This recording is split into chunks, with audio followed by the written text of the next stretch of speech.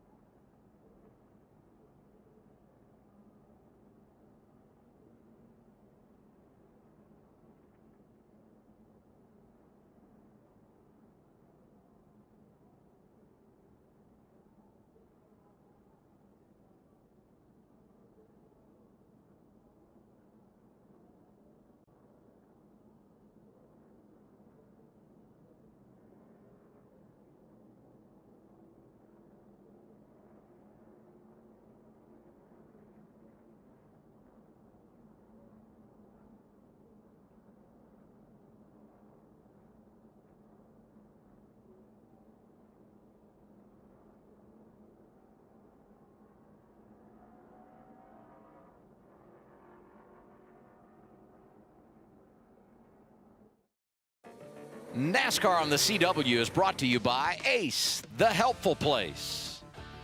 Toyota, let's go places. And by O'Reilly Auto Parts, your professional parts people. You know, last year we had a crash lap 1 in the spring race at Las Vegas. This year we make it kind of a trend until lap 2. The Whelen caution lights are on, the same Whelen emergency lights and sirens you see on the safety vehicles here at the track are protecting first responders and communities all across America. One of those involved in this early incident, Connor Zilic. Let's get a report from Kim.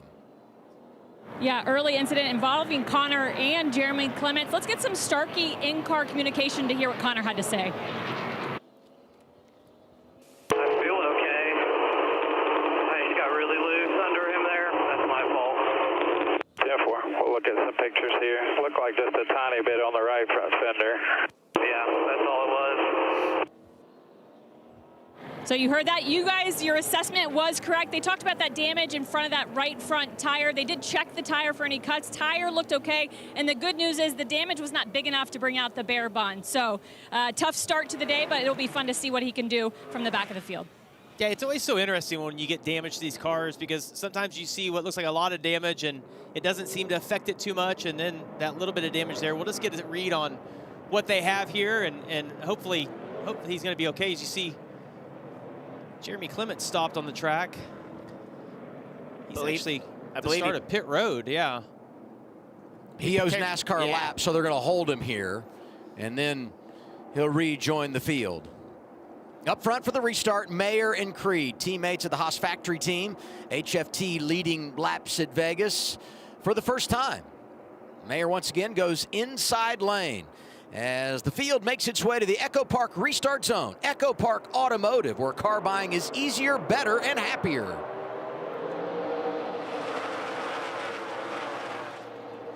Sam Mayer getting a big push there from Brandon Jones. Got real squirrely. He does, and if you look at that second row, the red and white number 2 car, that was kind of the talk of the garage today. We felt like in practice he might have had the best car. See what he's able to do here on this restart. See him going down to the bottom.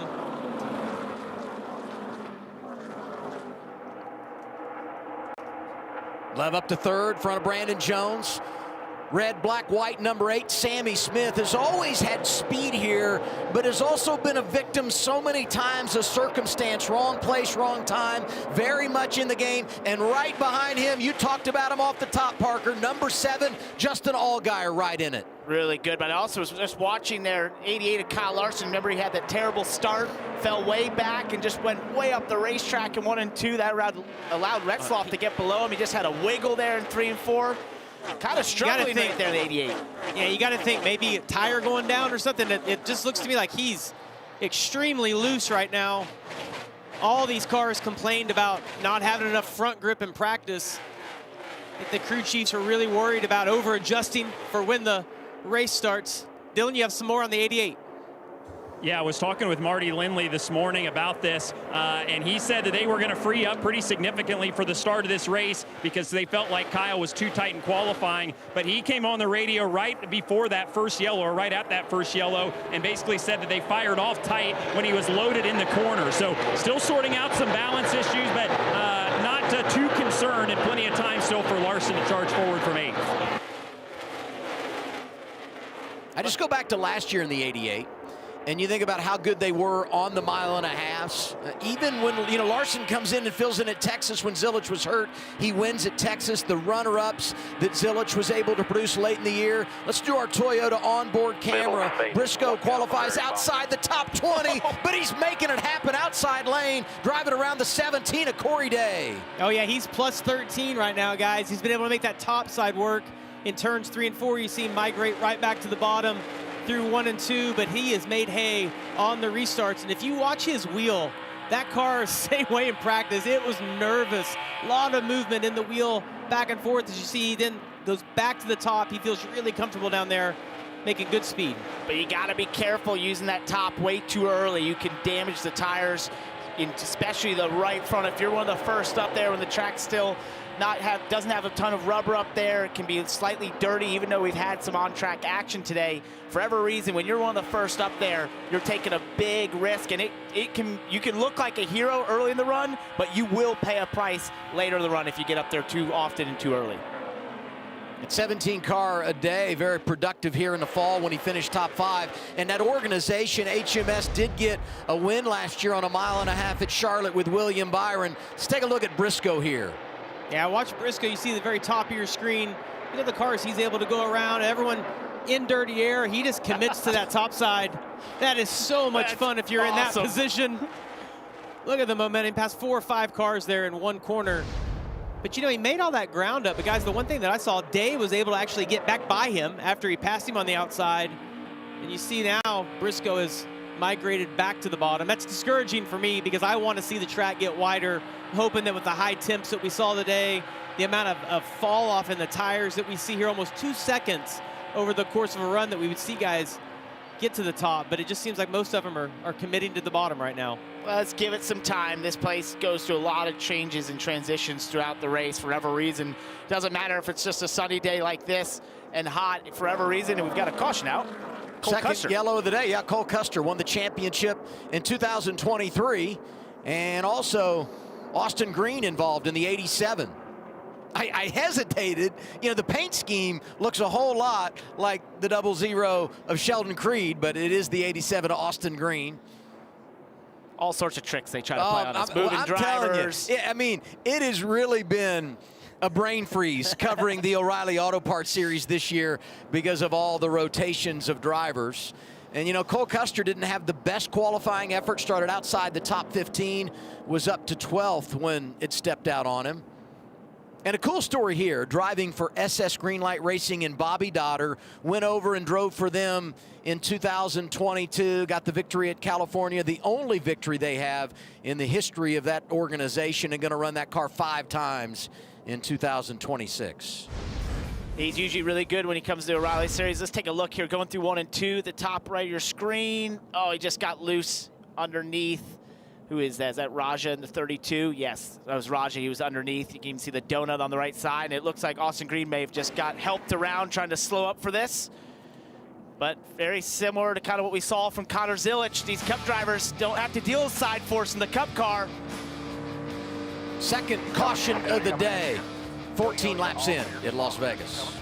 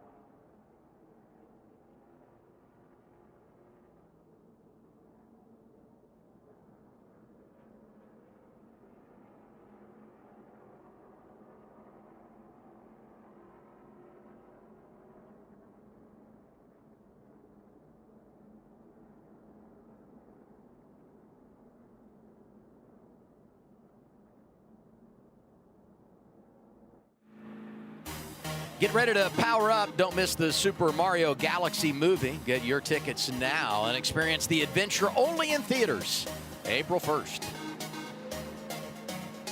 Been a slow start for the O'Reilly Auto Parts Series here in Las Vegas. A couple of early yellows, so the wheel and caution lights being fully displayed once again.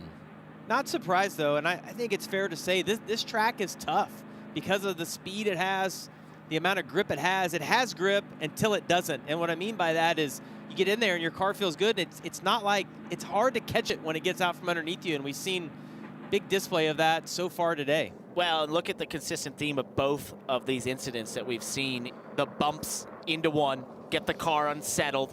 You think about Connor and Cole coming out of the Cup car, which has more grip than these. It's a slick day, as Jamie's mentioning. Those bumps combined with the aero effects you have at such a high-speed racetrack like this. You're entering at 190 miles an hour into turn one, min speed of around 170. You're never going slow around here, so there's a lot of aero effects combined with the bumps that some think maybe have gotten worse over the last couple of months. It's a very treacherous place. Yeah, the bumps are interesting here because they're really only into turn one, and if you can get a little bit above those, it's a faster line than cutting back down. But man, when you hit those wrong, and we show video of that qualifying and practice, you see the car move. It doesn't look like much from the outside, but inside the car, it is a handful. The one thing I see in this shot right here, though, you see the shadows from those billboards. If the track gets hot today, that will be grip up there, being able to run in that. So turns 1 and 2, it's tricky. Right here, you see a highlight of where the bumps are, right? So that's where they are. You either go above that or below it. If you're all the way down, you're basically going to have your right sides in it. If you're on the white line, you just touch the bumps. If you go up the groove, you've got to go high enough that just your left sides touch them. But there's almost like a no man's land that when you're in there, and especially if you've committed a ton of speed like we saw from Cole Custer, once the car starts hopping and getting all that movement, you're along for the ride. Hey, Jeremy Clements gets the free pass here, so he's back on the lead lap. Of course, he was a part of that first caution of the day. And also want to pay off, you see Chandler Smith leaving pit road here. He and LeVar Scott also got together, and we didn't see that in our initial replays, but watch, see him high side into turn one. It's back behind the 51 and the one that they were getting into it. Yeah, and that happens a lot. You see a wreck in front, like Chandler probably sees that, LeVar does not, or the spotter, one says it quicker than the other. And Parker, I think you'd agree with me, when a caution comes out and you see something, the first reaction is to look in the rearview mirror and see like how quick are they closing in on me, because look, sometimes that's what happens here. It just happens in racing in general. You slow down, the guy beside or behind you doesn't. I even tell people on the road, if you have someone checking up in front of you on a highway, look in your mirror as you're doing it. Oh, yeah. Let's get a little Kyle Larson radio, 8th right now, as we get ready for the restart. Yeah, I don't know if I'm on it or not. I'm just bound up, loaded. Like I don't load and kind of squeeze into the banking and stay turning. I load very numb. Copy. He feels like he might be on the splitters, what he's talking about there. They've complained about that all day long with this car, that when it gets loaded up in the corner, the front doesn't want to turn. Typically, the splitter hitting is what causes that, but I feel like they've worked on that car and just have not got it to Kyle's liking yet. They've got a couple more shots to work on it and see if they can get it better. About halfway through the opening stage, time to find our rhythm. Leaders coming to the Echo Park restart zone. Mayor Creed front row.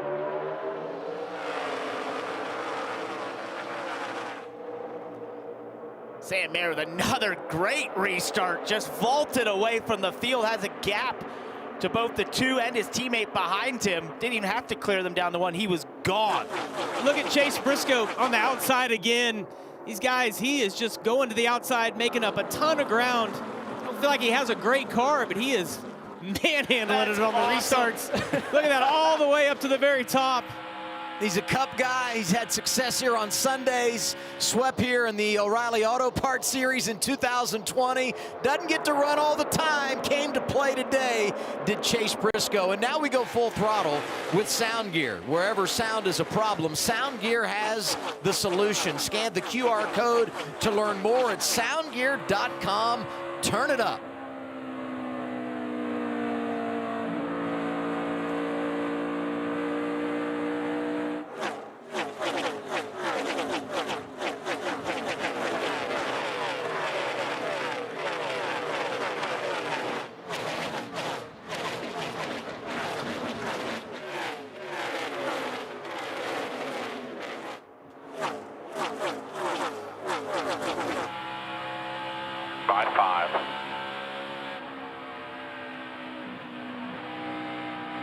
car is tight.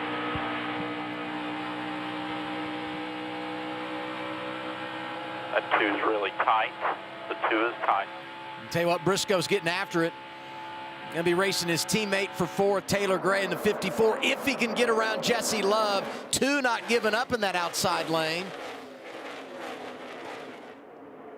And there goes the 19 completing the pass. Briscoe up to 5th after qualifying 23rd, and he's doing it without the benefit of a ton of green flag laps. Yeah, but what's benefited him are the restarts. Like, he has just done such a good job of getting to the outside, and we've had 3 or 4 restarts, one after another, and he's been able to get 2 or 3 cars. And I'll tell you what, he's going now. I didn't think his car looked that good when the race was kind of settled out a few laps ago, but it has come to him right now.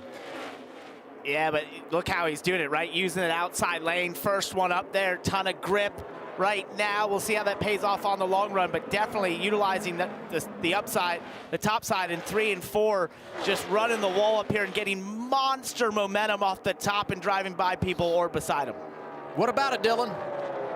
Yeah, give you a Toyota driver update on the hard charger here so far. He's actually reported that he was a little free, at least he did earlier in the start of the race before this most recent yellow. So that's at least given him some maneuverability to drive around these guys and kind of go where they're not. So I saw him before the race. I said, what do you think? You know, you guys going to have a good shot at it today? He just kind of laughed and he said, I just want to go out here and have fun. I think if we can get to the top 10, that's a pretty good day. So he's done that and then some from 23rd to 4th here in stage 1. Yeah, and I think that, Parker, that goes to kind of what you're saying. Mostly, if you're a regular, like, well, I don't want to go up there and burn my stuff up and then fade way back. He doesn't care. He has nothing to lose, right? He's here to try to win the race. If he burns the tires off, he does, but it doesn't seem like it's affected him at this point. Briscoe's a dirt guy from Indiana. Dylan's a dirt guy from Indiana. You can tell he called him the hard charger. Oh, yeah. And that's what he is, plus 19 early. Allgaier looks good as well. Qualified 9th, trying to get 2nd away from Sheldon Creed. The exact opposite approach of what we've seen from Chase Briscoe is Justin Allgaier being super disciplined, running that white line, getting the left front there, getting the car to rotate, shortest distance around this track and through the corners. And this is what won Justin this race last year. He was so good at staying committed to that white line and wrapping the corners, doing that once again here. And for whatever reason, over the last couple of years, it's just been the predominant line at this place, and he does it really well.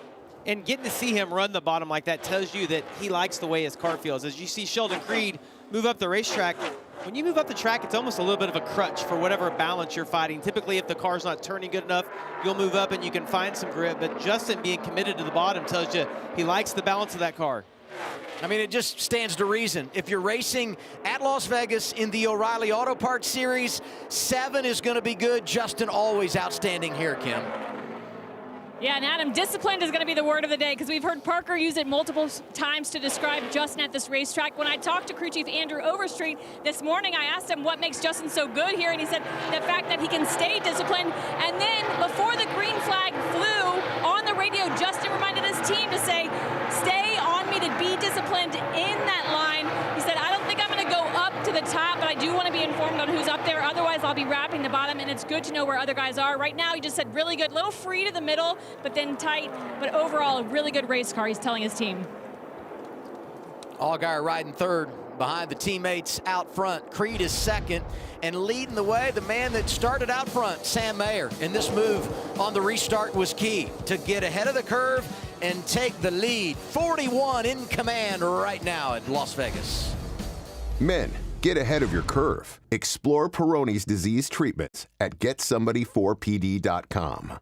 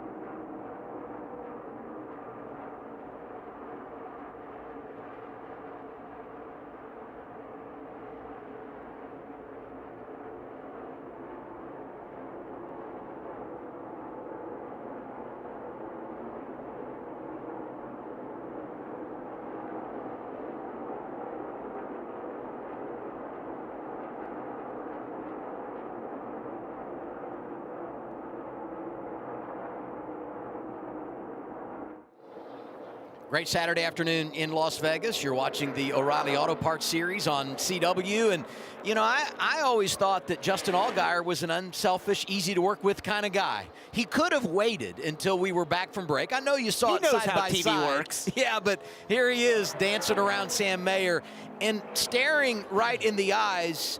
Stage win number 5 at this place. He's already the all-time leader at Las Vegas, and this battle won't go away. The 2 sprint car drivers from California just trading blows. 88 is Larson, 17 is Day. Well, it happens every week. The HendrickCars.com cars, they find each other, and they just confuse us. They put different drivers in it. It doesn't matter. But those 2 cars seem to be on top of one another every single week. And that's a positive moment there for the 88, which we haven't quite seen so yet in this race, was Kyle Larson actually moving forward now to be in 7th, fell back as far as 9th, and even flirted with being outside the top 10 as he finds the wall right there.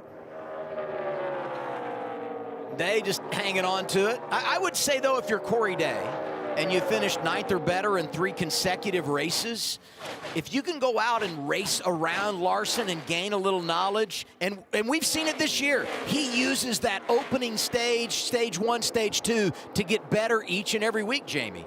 Yeah, and Adam, I talked to Adam Wall down there earlier today, and I'm like, listen, decent run at Phoenix, and to me the most important part of that race is that there was no controversy around what Corey Day was doing on the racetrack. Just had a normal day, not perfect, but kept his car clean. And I think, you know, after hearing the meeting they had with Rick Hendrick on what he expected of Corey, I thought he did a great job last week. Well, this is not the first time these 2 have battled here in Las Vegas this weekend. Thursday night, high limit sprint car. They're going at it for the win here. It's a bit of a theme. You got Larson there in the white car, Corey Day in the black car, racing each other here in sprint cars. Look at how they just bounce those things on the right rear, going all over the racetrack. Similar to what we were seeing there. And that close for the win goes to Larson. But wait, what's that sweatshirt? Owen is wearing a Corey Day sweatshirt in Victory Lane. I mean, is that allowed? Kyle said he hoped he gave it to him for free. That's right, yeah. He said he better have got it for free. Yeah. It was great when Kim talked to him earlier today during practice. Larson got a little bit of a dig in there at his young driver. Corey just had a massive slide right there off of turn 2. Actually, I saw him reminiscent of the sprint car. Hanging on to it, and you know, his whole team went over and watched him run the sprint car the other night, and Adam was telling me, he's like, listen, he knows those cars. Like, he's like, he could crew chief that car, and he's like, ultimately, I think that's his goal to get over here, is to learn these. It's just, it's all so foreign to him, and he's drinking from a fire hose, right? Trying to learn. Kim? Yeah, Adam told me the same thing, and he was really excited to have the opportunity to go to the dirt track, see Corey in action, and that is what Corey has told him he wants on this side, to have the same understanding of these full-body stock cars as he does on the sprint car side. And then a 2-part to this is that Kyle Larson in the field is a huge advantage for Corey, and Adam was also really excited about that because he said it's going to be really beneficial with Larson running this race. It means Corey's going to have somebody to really lean on and learn from, something he's kind of been lacking in this series. Yes, he does talk to some of the JRM guys, but really he's kind of out on an island at this point and doesn't have really good mentorship in the series yet. We have a battle going on between these 2. Briscoe did a little bit of a slider on Sheldon Creed. Sheldon crossed him back over. Now Taylor Gray's going to come in and get a little piece of it. And I think Sheldon's bleeding right now, just wanting to get to the end of this. Balance of that car has went away. Well, this is huge for Taylor Gray, who's had his fair share of issues this year. He wants those stage points. I mean, you can't rely on the win and you're in. You have to get it done in the stages, finish strong in the races, and he'll take all he can get here with 3 to go, stage 1, and he picks up a spot. 54 is 4th right now. What I think is so impressive about Chase Briscoe is he's obviously really good on the high side up next to the wall. We've seen him make a ton of passes up there, but he's also got the versatility in that car to go to the bottom when he needs to. He threw kind of a slider there, and Sheldon Creed got loose off of 2, gathered it up, and completed the pass. That's showing me he's got a lot of versatility in that race car. Not something we've seen out of the 7, who he's trying to chase down up in the lead. That might be something the 7 team's looking at and thinking we might need to find some of what he's got. Well, they're all going to have to do some work, because the 7 of Allgaier just has them covered right now, running a couple of tenths quicker than anybody can late in this race. And I think it's safe to say that's just the 7 strategy. It seems like every week they don't have the short run speed, but Justin manages that race and can wrap the line like we talk about. Always fast at the end of these runs. Look at the graphic. Joe Gibbs Racing has not had a top 5 finish this year. 3 cars in the top 10 as we hit the final lap of our opening stage. Man, Justin Allgaier just amazing here at Las Vegas. Been incredible this year in stages. Top 5 every stage so far in 2026, but this will be his first stage victory. Number 5 here in Sin City for driver 7, who won this race a season ago. Mayer getting stage points for the 3rd time this year. By that much, Creed in front of Love for 5th in the stage. Day doing what he needed to do. How about the fact that Cole Custer came back, finished top 10 in the stage? The 0 is in it, and the Haas factory team looked strong early. But at the end of 45 laps, the man out front is the guy that's trying to repeat here. Justin Allgaier in charge at Las Vegas Motor Speedway.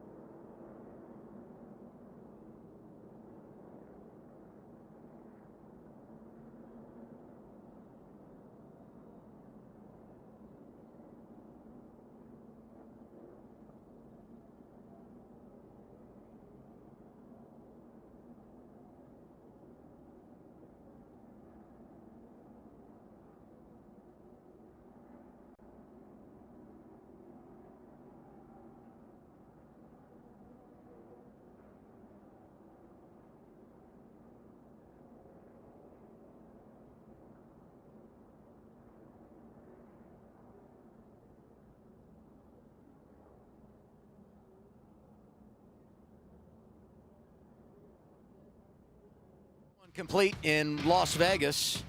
This stage break on CW brought to you by Arby's. And look at this, power problems for the 41 of Sam Mayer, who finished 2nd in the opening stage and led 32 laps from the pole. I'm having power issues. That's not good. Get your steering wheel button. No, it's not bad. So what it's referencing right there is there's a kill switch on the steering wheel, but it sounds to me like maybe it's electrical. I mean, it's hard when they say power issues. I'm just assuming that. Yeah, well, there's a couple things you can, and there's a couple things you can do, right? You can cycle the power in there with the actual master switch, which can hopefully sort of recycle everything. That sometimes can work, but obviously Sam came on the radio and said that's not the case. There's a bigger issue here, so they'll have to investigate. He put the net down so they could get in there and start fooling around on the dash and see if they can find something. Maybe try to replace that switch. Sometimes that's something that's just a go-to, a different steering wheel, maybe even possibly. But you know, this team, James, not had a clean race this year. When you think about, he starts on the pole at Atlanta, has the tire problem, came from 3 laps down to finish in the top 10, had the gremlins last week, had to come from behind, finish top 5, and it felt like maybe today they were going to put it all together. Qualifies on the pole, leading all those laps early, and now this. Definitely, but it's got power, obviously. It's got power, right. Being able to crank the motor, it just won't fire. Progressive pit road is open. Allgaier leading them down. Let's go to Kim.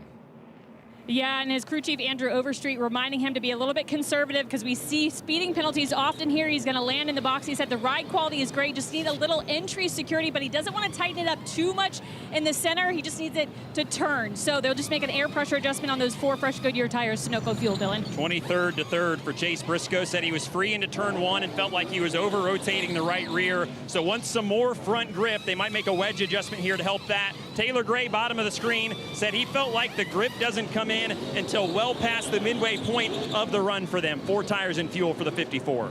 Pit road execution is big. You want that track position. Wow. You want to be in control. Jesse Love wins the race off pit road +4. Nice work by the 2 team. Taylor Gray won the pole last week, gets the #1 pit stall. He gets a spot. Allgaier wins the stage, but falls to 3rd. Briscoe and Larson complete the top 5 coming off the pit lane. Stage 2 in Las Vegas coming up. We're glad you're with us live on the CW.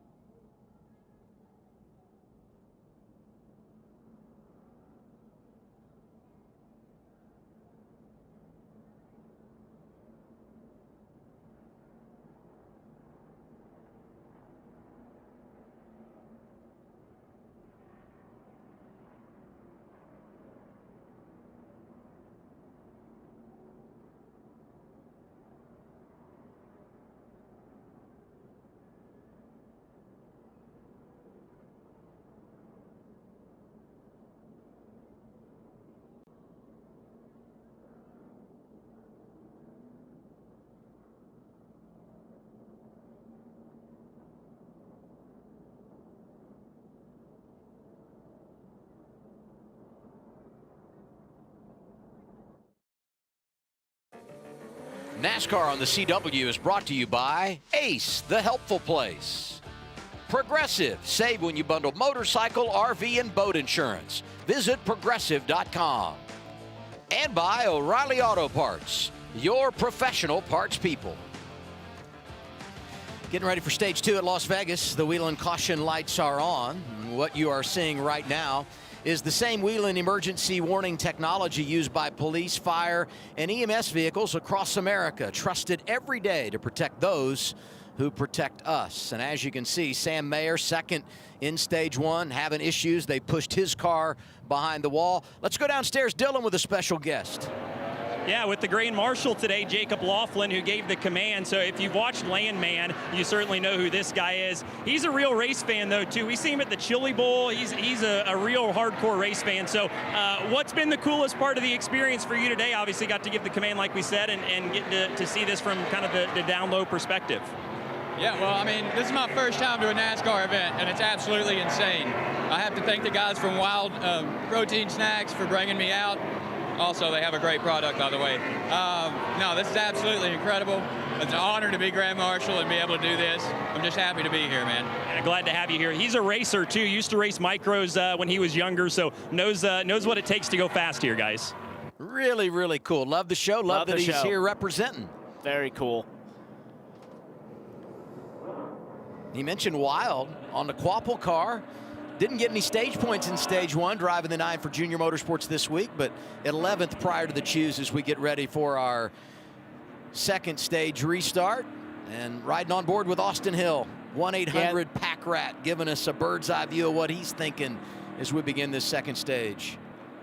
This will be the first start or restart. That's Sam Mayer really leading the charge there at the front. Obviously, of his issues, unfortunate for him, but now we'll see what Jesse Love has starting on the front row on the bottom.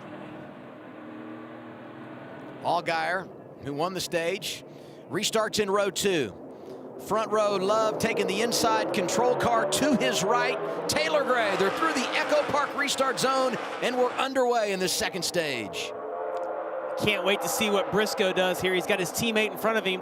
There he goes. He's already moved to the top. Was there any doubt? Yeah, but look at Larson. Larson fills that hole.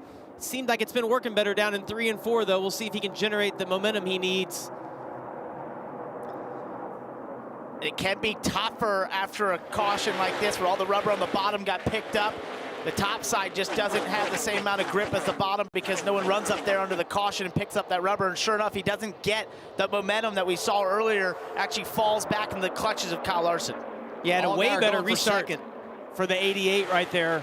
Looks like they've made some good, look at him be able to wrap the bottom right there, maybe get to the inside of Justin. Good changes to the 88 car on that stop. And just back behind this lead group, William Sawalich in 8th. All 4 Joe Gibbs Racing Toyotas in the top 8 positions now. Sawalich had to go out early in qualifying because he didn't finish great last week, but has worked his way to the top 10. 3 wide here. Larson, Creed, Briscoe, and waiting in the wings, Brandon Jones. Yeah, but that's what makes this track so good. There's so many grooves. Talk about Briscoe working the top. You see Larson on the bottom. Creed being right in the middle. It's an awesome track for 3 wide racing. We just received word it was a fuel pickup issue for the 41 of Sam Mayer, so he's going to get back on track, but just unfortunate for a team that was in position for a great day. Win the pole, had that happen to you, still running up front. Oh, those are the days that hurt. Being shown 6 laps down right now. Yeah, Jesse Love missed the bottom right there. See if Taylor can generate a run down the backstretch. That 2 was good in practice, but it just doesn't seem like they have the speed that they did earlier today when the track was cooler. Oh. See, he missed the bottom again. Taylor's gonna work the inside. See what Allgaier decides to do. Who's he go with here? Maybe neither. Make it 3 wide. Pushing his Chevy teammate in that outside lane. Well, maybe. Now he crosses over to the bottom. Side by side for the lead. Gray looking inside of Love, and the Whelen caution lights are on. Another problem for Jeremy Clements, 51.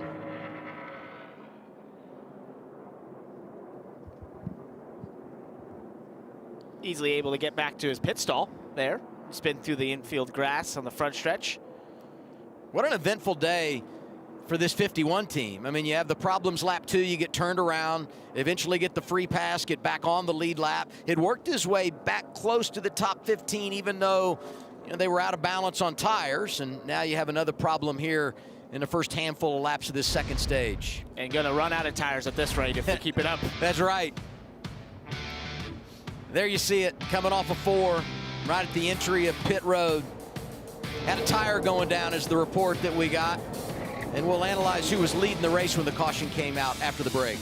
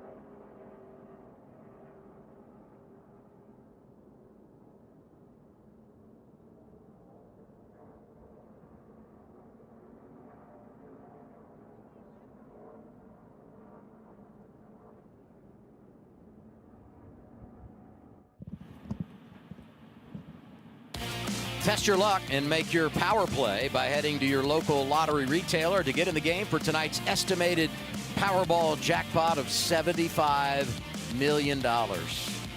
Quick stop on the way to the airport. See if you win big. I'd take that. Yeah, I would too. Yeah. I'd share with you.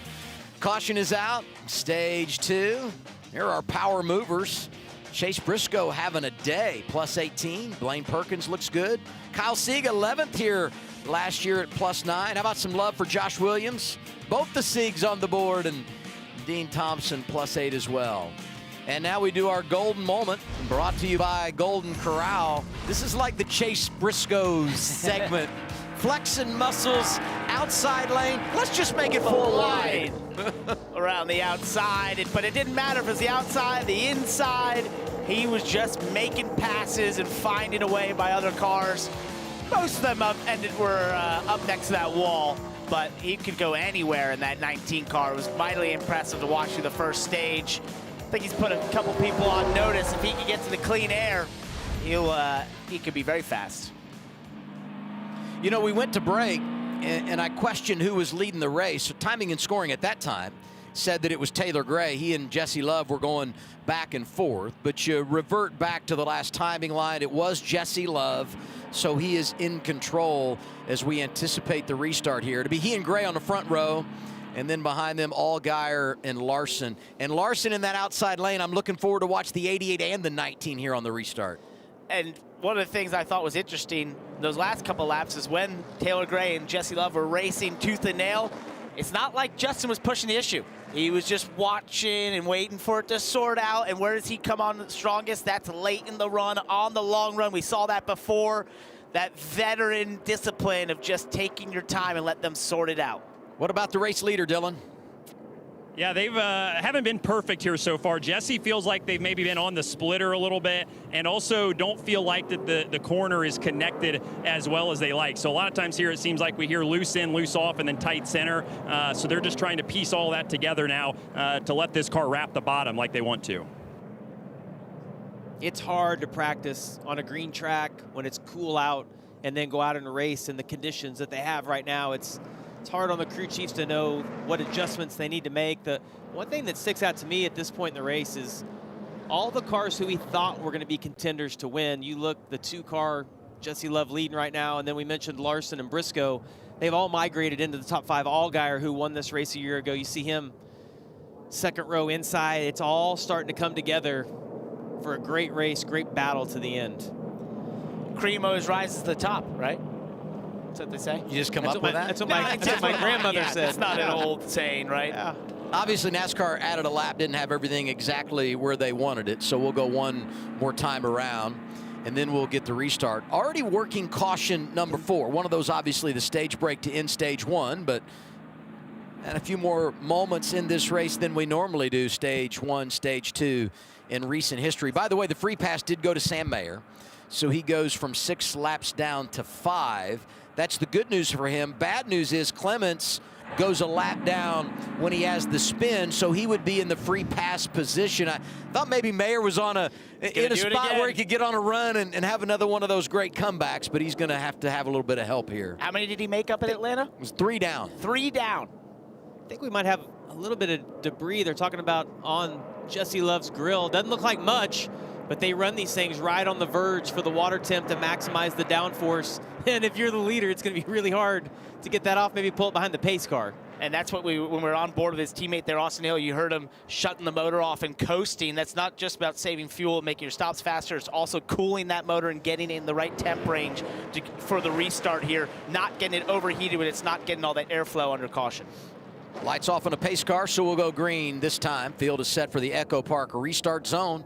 Echo Park Automotive, where car buying is easier, better, and happier. Love and Gray on the front row. 27 to go, stage 2. Sure does seem like that outside row has struggled to get the power down. We've had multiple guys out there. Briscoe trying to make it 3 wide again. Allgaier to the top side. They're 3 wide behind them. Does Justin get to the right rear quarter panel? Jesse Love? Sawalich going outside as well. Creed bounces out there. Briscoe dogging his teammate.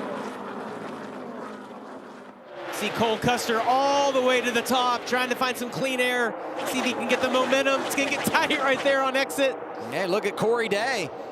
Looking to get in the top 5 in that red, white, and blue 17. Yeah, and Creed's done a really good job maintaining in that second lane. See Dave bouncing around on the bottom through 1 and 2. Creed's going to have that momentum on the outside, get a little sniff off Taylor Gray right there in front of him. Doesn't quite clear Corey Day there, so he couldn't get back to the bottom, kind of in that middle groove, as Justin Allgaier does the same here to Jesse Love. He's gotten to that quarter panel, use a bit of side draft, try to take that momentum into 1. Oh, and it's so frustrating when they get to your right rear quarter. It not only gets your car loose, it bogs your car down. Justin rolling in that second lane. You know, we call Jeb Burton the dog. Justin Allgaier, the old dog, just lays in the weeds, waits for his opportunity, and here he is once again, number 7 leading at Vegas. Look at Briscoe getting his outside as well. See if he can get the run on the outside right here. Going to be in the preferred position when they get down to 1 and 2, little side draft. He saw what Justin did. It's nice. I'll try and do exactly the same thing. It actually does right here. Looks like he'll probably clear Jesse Love For Jesse, this is a really frustrating moment when they keep getting your right rear like this. You mentioned it, Jamie. It slows you down. He's going to lose 2 spots potentially on this lap with Taylor Gray getting the outside, and there's nothing you can do to combat it. You just have to try and gather back your momentum once they clear you. Well, and he's committed to the bottom. He must not feel like he can find any grip. You know, you'd think if you got passed by 1 on the outside, you'd move up, but sometimes you just know. You're like, listen, I know I need to be on the bottom right now to where the most grip is. Wow, that's one way to do it. He just slid right up in front of him. I don't think that was on purpose. I think that was just committing, trying to slide up in front of him, but overshot the corner. Man, the loss of momentum. Gray able to drive right through there, complete the pass. You know, I think about Love and the way things finished last week in Phoenix. Wins the stage, leads over 100 laps. Couldn't get the victory, finished second. And here he is today in position, but can't quite get over the top.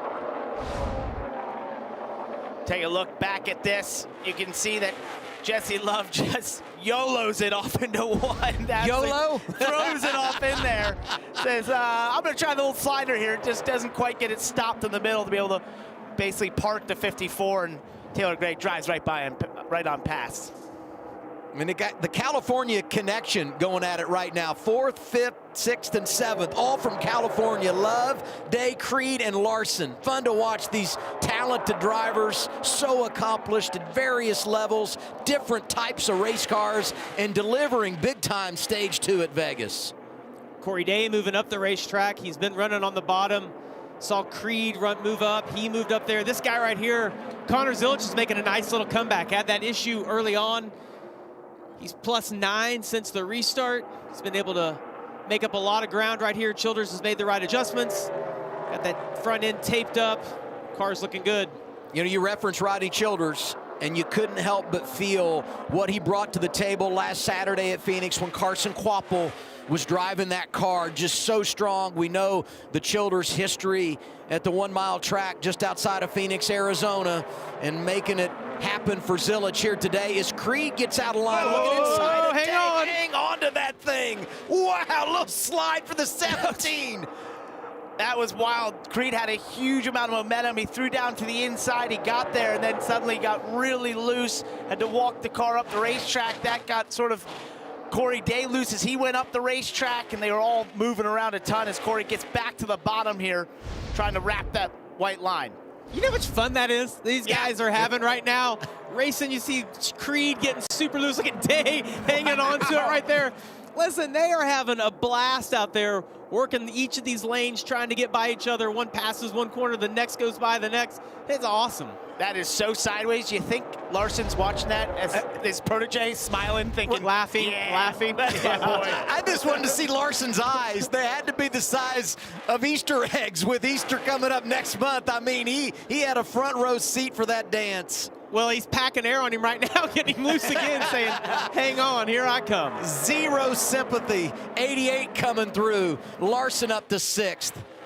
Here's another lesson. You heat up that right rear. Now I'm going to get to your rear bumper, pack a bunch of air. You're going to be loose once again. Good luck. You got to cool that right rear down. Over halfway through Stage 2 at Vegas. Allgaier out front.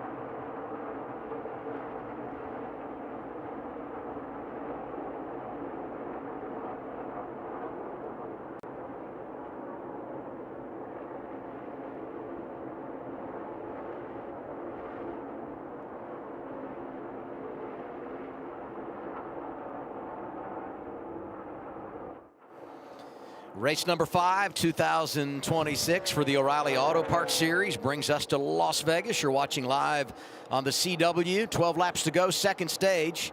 Justin Allgaier, who got his 85th career stage win in stage 1, is leading. Briscoe's hanging in there in second. Gray, Love, and Creed, the top 5. Briscoe was about 2.5 tenths faster that last lap than Justin Allgaier. We've seen him go to that high side. He's there right now, so he's found some speed up there. Look at the momentum he's going to have off of 4. This is what feels so good when you're doing that, is that you just get these huge runs that compound down the whole front straightaway. Then into 1 and 2, go the middle side. See if he continues to get that run again and that momentum. Oh, yeah. Yeah, the 7's getting bigger. Oh, yeah, that's definitely getting momentum. Allgaier have to either try to respond to this. See, Briscoe, it's super committed to the top side. Gives up a little time through the middle. You hear him working the throttle a little bit on exit, but watch the run that he generates. Gosh, down the front stretch. Relaxed inside of that car. You see him set his hand down, maybe make a little adjustment over there to brake bias. He went a little lower this time through 1 and 2. About a groove lower. Maybe it was better. Like last time was, yeah, he went a bit high, just had too much distance essentially when you get back to the throttle so early. This really is deja vu. If you go back to last year, it felt like he was going to hit. Wow. But you think about Eric Almirola and how good he was in that 19 last year. These two were 1-2 in the stages. These two cars, the 19 and the 7, with Almirola behind the wheel. It's almost like he's moved up because he got stalled out behind Justin, but now really not making up the ground. Their lap times fairly similar right here. Oh, it's such a commitment right there to enter right against the wall. So committed, using a ton of brake right there. You wouldn't think you use a lot of brake up near the wall, but you use a fair amount to settle the front end, settle the car, not let it move around too much on the entry, and to have that perfect entry speed that allows you to attach to the wall, which gives you that little bit of effect of holding the car on the right side, and then it allows you to get back to the throttle earlier than the car on the bottom. Yeah, he's tight up there right now. You see him turn the wheel, just stays very steady. The car looks significantly more comfortable than what it did in practice earlier today. Oh, things snap. Yeah, there, it's real tight that lap. Yep. This is right up against the wall. See him get loose. I love hearing the throttle as he gets up by the wall. You'll hear the drivers use the throttle either to drive up to the wall or start driving kind of away from the wall. We'll get another lap here. Justin's responded now. You see him move up.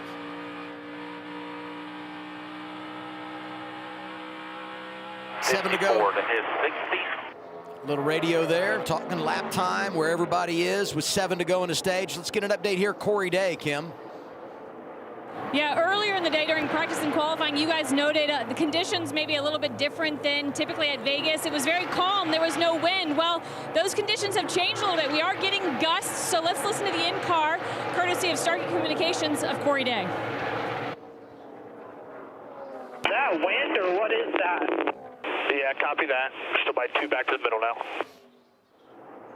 So you heard Corey asking, is that the wind? And yes, in fact, flags are horizontal down here. The canopies on the pit boxes are starting to billow. So Parker, what kind of feel are you getting in a race car if the wind becomes a factor here at Vegas? That's a great point, Kim. And what it is you see that flag is a tailwind down the backstretch. That's pretty typical here. And what it does is that actually makes you go faster in the corner. It removes some downforce, potentially can make you looser. And also when it gusts, the car will do something suddenly that you're not expecting, and you have to think, well, I did everything the same I did last time. What was that? It was the wind. The other thing that happens is that becomes a headwind into turn 1, which means you can carry more throttle, more speed into turn 1. The car gains downforce in that case, so it has a lot of effects that you just have to adjust to. And mind you, in the car, you can't feel that wind, obviously, so you've got to get that reference from your team, the spotter, whoever, who can help you know that that's what's happening.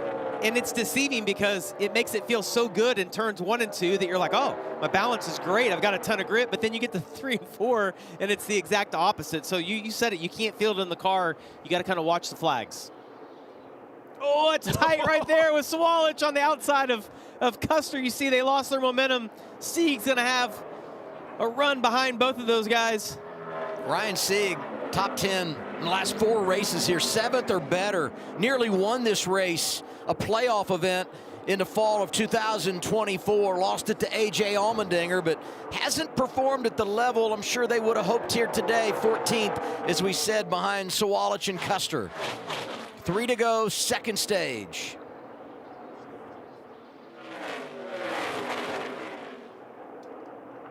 Carson Kvapil trying to get some stage points here. He and Brandon Jones racing for 10th with the green and white checkered flag in the offing.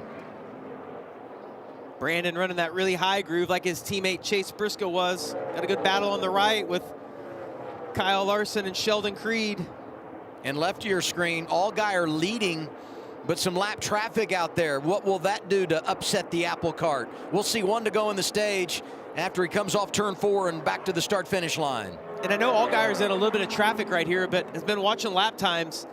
The 88's been the best car on the racetrack the last 3 or 4 laps, and he's running the bottom, which typical Kyle Larson is to run the wall and make good lap time at the end, but he's been able to run great lap times right around the bottom of the racetrack. Jeremy Clements in the free pass position. So how Allgaier handles this could be big as we wrap up the stage. And actually, I take that back. Bird is now in the free pass position. No, I was right. I was right. Clements is in the free pass position, so he would get the free pass here. As they come off of turn 4, Allgaier going to stay behind the 42 and complete the sweep. Justin Allgaier wins stage 2. Briscoe second behind him. Gray, Love, and Larson wrap the top 5. Bird fighting for his life at the end right there. It's so good to be able to stay on the lead lap at the end of that stage. Creed gets points. Day does as well. Zilich in the top 10. Hill was 9th, and Kvapil does get the final stage point. But it's his teammate who's handled things here so far. Justin Allgaier wins the stage. It's a great evening in Sin City, and we're happy you're with us live on the CW.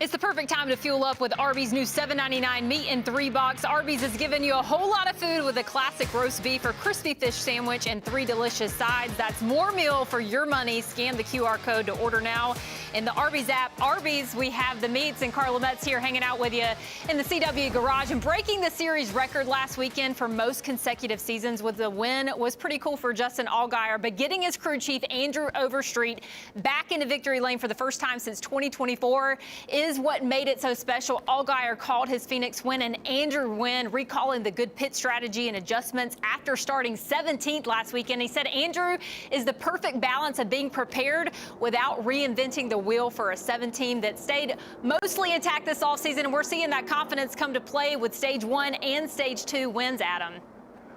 If I was a crew chief, I would say just put me at Phoenix with Justin Allgaier, right? Especially if it was my birthday, which it was last week, as we say, for Andrew Overstreet. All around, just a great day for that team, big win, and he's in charge here today.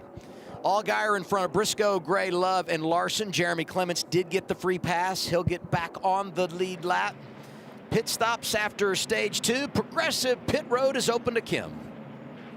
And Adam Carlin mentioned it, Justin Allgaier sweeping those stages, but that last adjustment didn't really help on the tight condition. Still tight center, slight vibration on the left side, needed more rear security. Crew chief Andrew Overstreet is going to make a small air pressure adjustment to get the front turning a little bit better for this next run. 4 tires fueled, Dylan. Chase Briscoe said he was super loose into 1 and tight landing into 3, which they thought might be due to the wind. So Chase's only request was to not tighten him up, just wanted to be a touch better if they can. They'll make a small adjustment there. For the 54, Taylor Gray at the bottom said he started to build front grip too late, but can't be any more laterally free than he is right now. No big adjustments for them.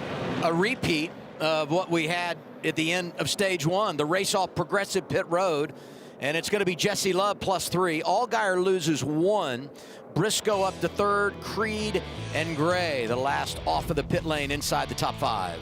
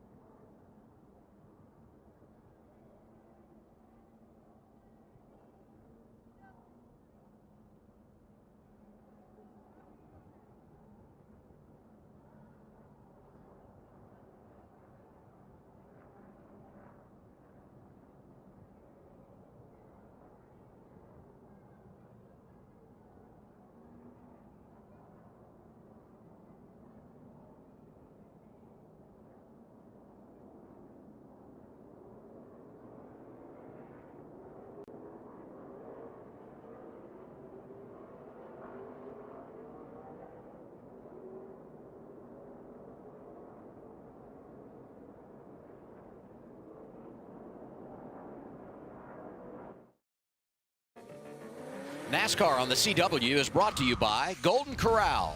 Golden Corral honors our nation's heroes. Progressive Insurance. Get in the savings lane today. Visit progressive.com. And by the Credit One Bank NASCAR American Express card. Closed captioning for today's race brought to you by Tableau TV. Pay once, watch forever. Problem for Ryan Ellis driving that Tableau car on the pit lane, scored in 33rd. Ready for the final stage here in Las Vegas. Stage 1, Stage 2, you can run through, don't need any fuel. This final stage, everybody going to have to make a pit stop. You got most people have 2 sets of stickers on the pit lane. Some guys had problems, had to make a stop early in the race, so they may be in a different situation. But the players up front should all have 2 sets.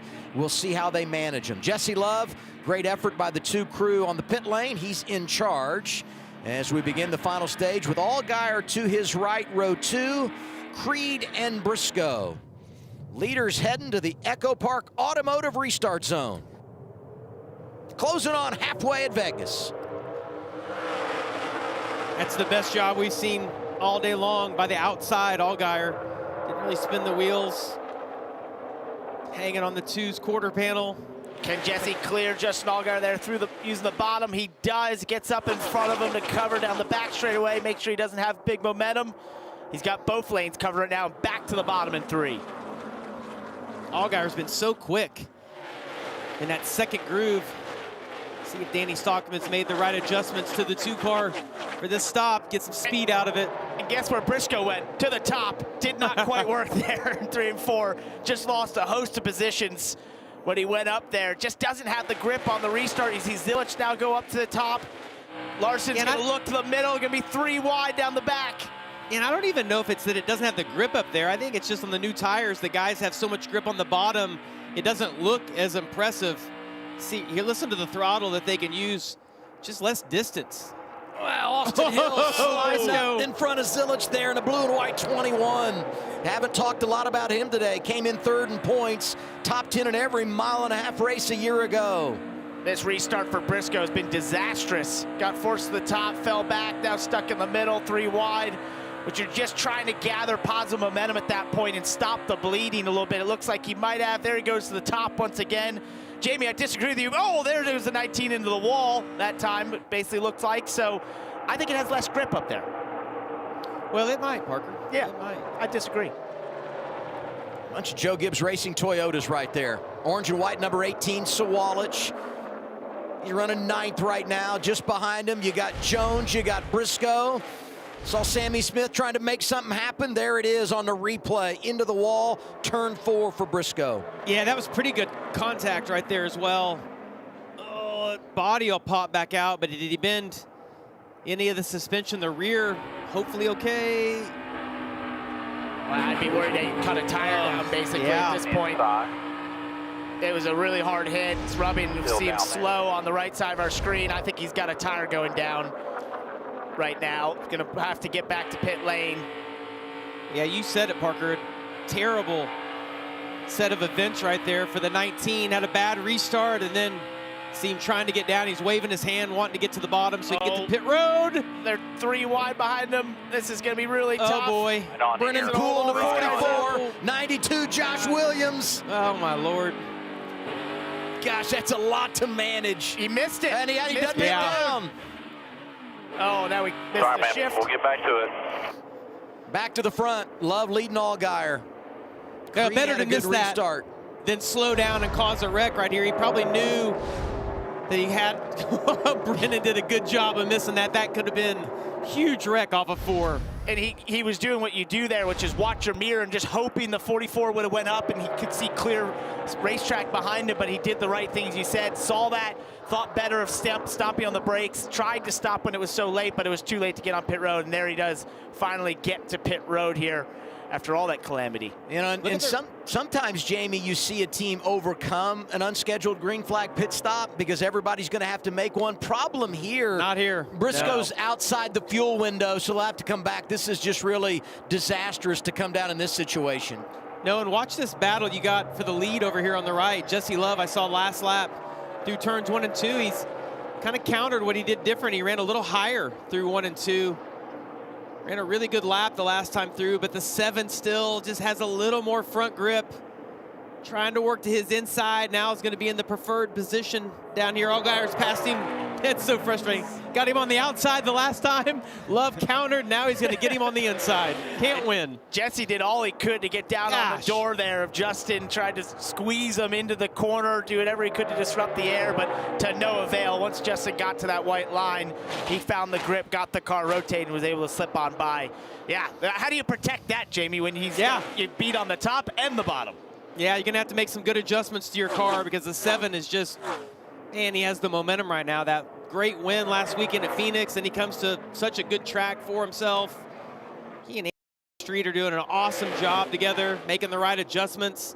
And it's not like we've seen all of the junior motorsports cars up front today. They've kind of been scattered a little bit throughout the top 10 or 12. I know Zilich had some issues earlier, but even Larson hasn't had a stellar day.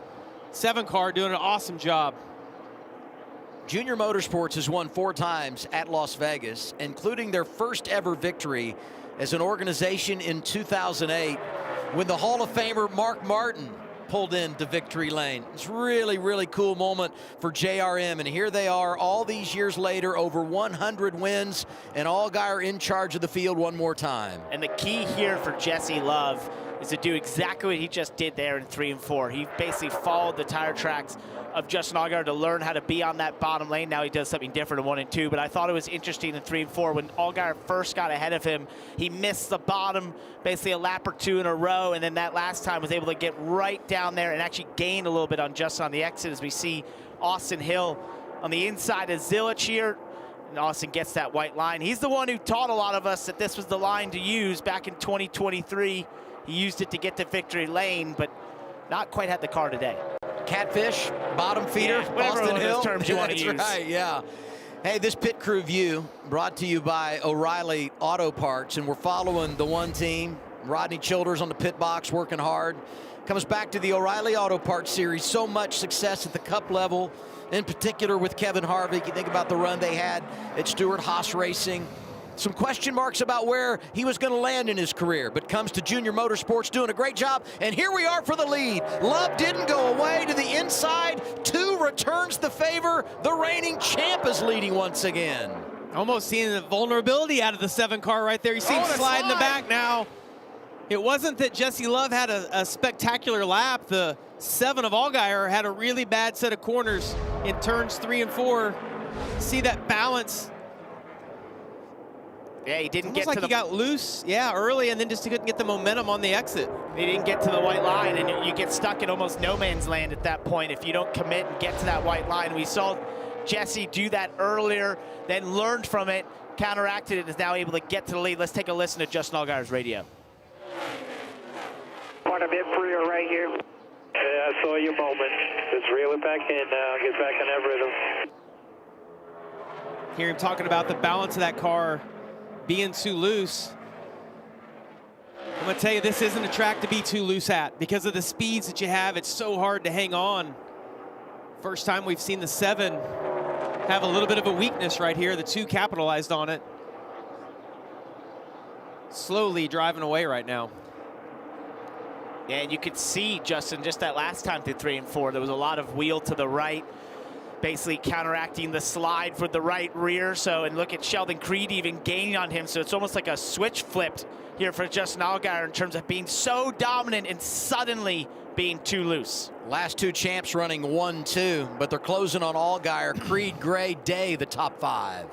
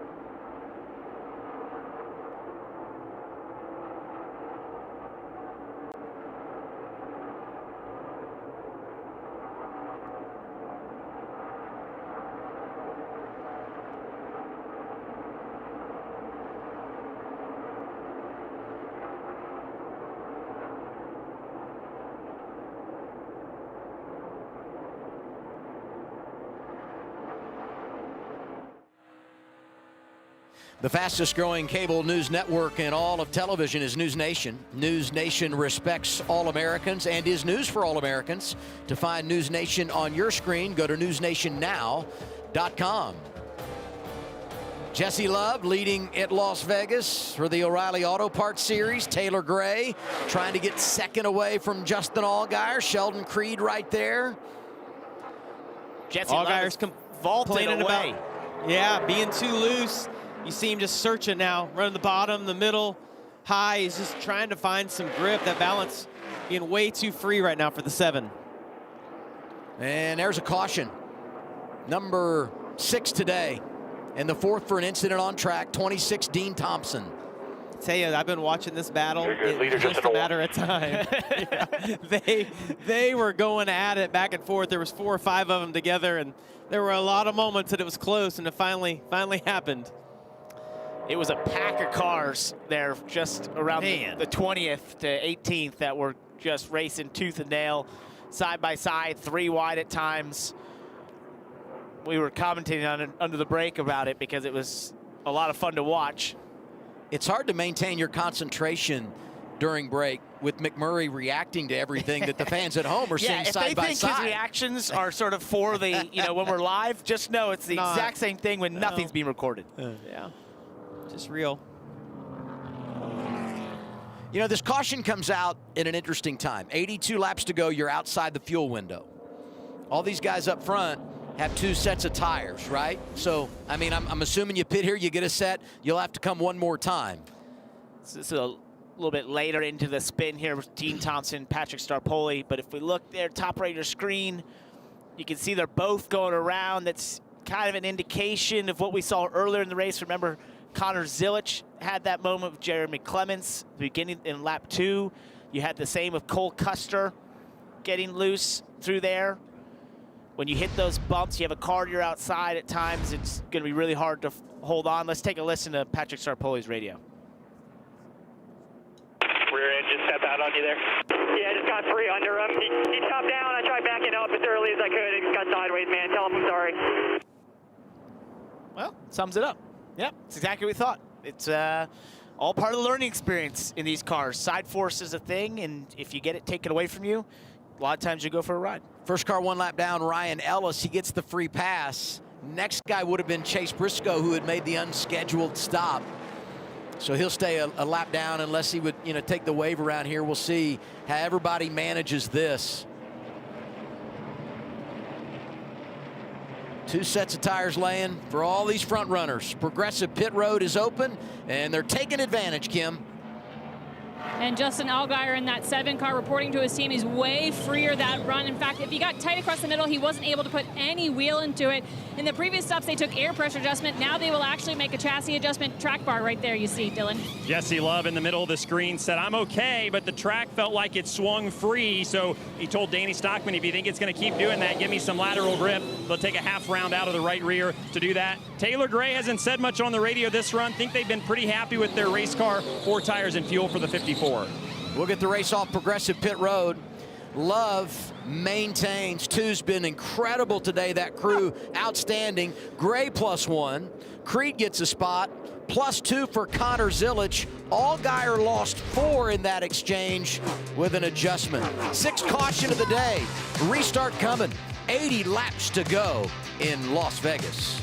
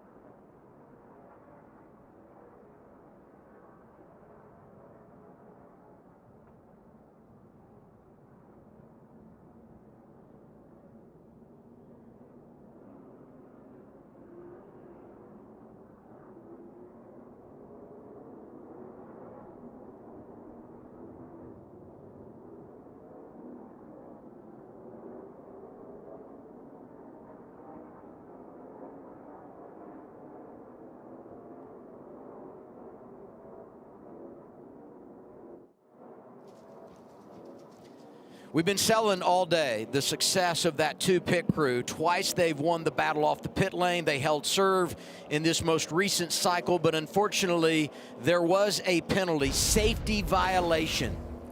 Right, so here they are on pit lane, but take a look at the top of your screen. That's Danny Stockman falls over the wall trying to catch the tire, Dylan. But was he supposed to be there? Yeah, so that's the kind of other layer to this story. They had a pit crew member who was late getting out here, had some flight issues from what I understand, and Danny was kind of called in at the last minute to try to catch that tire. So not last minute for today. So not exactly how they drew it up, obviously, from everything. And here's some radio to tell more of the story. No, it's because the tire rolled away and I jumped over, I fell over the wall to get the mother. That's why. All right. We're going to have to put our big boy pants on, Manesh. Go. Jesse Love, man. Jesse Love, sorry he asked what happened, right? You gotta love the passion of Danny Stockman. Absolutely. That's why, you know, right. he's such a cool guy, but he's just so fired up all the time. Hey, by the way, Briscoe takes the wave around. He's back on the lead lap. Sam Mayer takes the wave around. He's now 4 laps down. Gray in control on the restart. 54 jumps away, and Connor Zilic right in the game. Had the problems lap 2, but he's fought his way back to second. That's Creed in third. Larson and Day up there, 4th and 5th. Zilic looking the outside there, getting some clean air to the nose, but just doesn't quite have the run, the momentum off of 4. Gray gets away by a little bit. What a recovery by the one team. Connor Zilic had that issue early. Kind of slowly worked their way back to the front. Good pit stops. Now finds himself in a great position as Creed's going to get to his outside. Creed's been good all day long, running that second lane. Creed solid on the 1.5 miles a year ago. Flexing his muscles here, waiting for his opportunity. Goes outside of Zilic for second, and he's all clear. 0-0 to the runner-up spot behind Taylor Gray. And got the momentum down the front stretch. Might even have a little bit of a run here. See what he does with Gray out front. You see Taylor goes to the bottom. Look at Sheldon get that run through the middle again. Can he get it on the exit? Gets a little tight there. Oh, contact. To the wall. Oh. Everything he had gained, gone now. Allgaier lost those spots on pit road. He's trying to come back in the 7. Look at Corey Day in the 17, up to 3rd. This is his kind of track. 4th here last fall, 9th or better in the last few races. He's been impressive. And Zilic already had damage to that right front, so you got to be worried about the integrity of the bodywork there. If it starts rubbing on that tire, that's a serious hit right there to the outside wall for a fender that was already slightly damaged. You think about the Cup drivers coming to run on Saturday.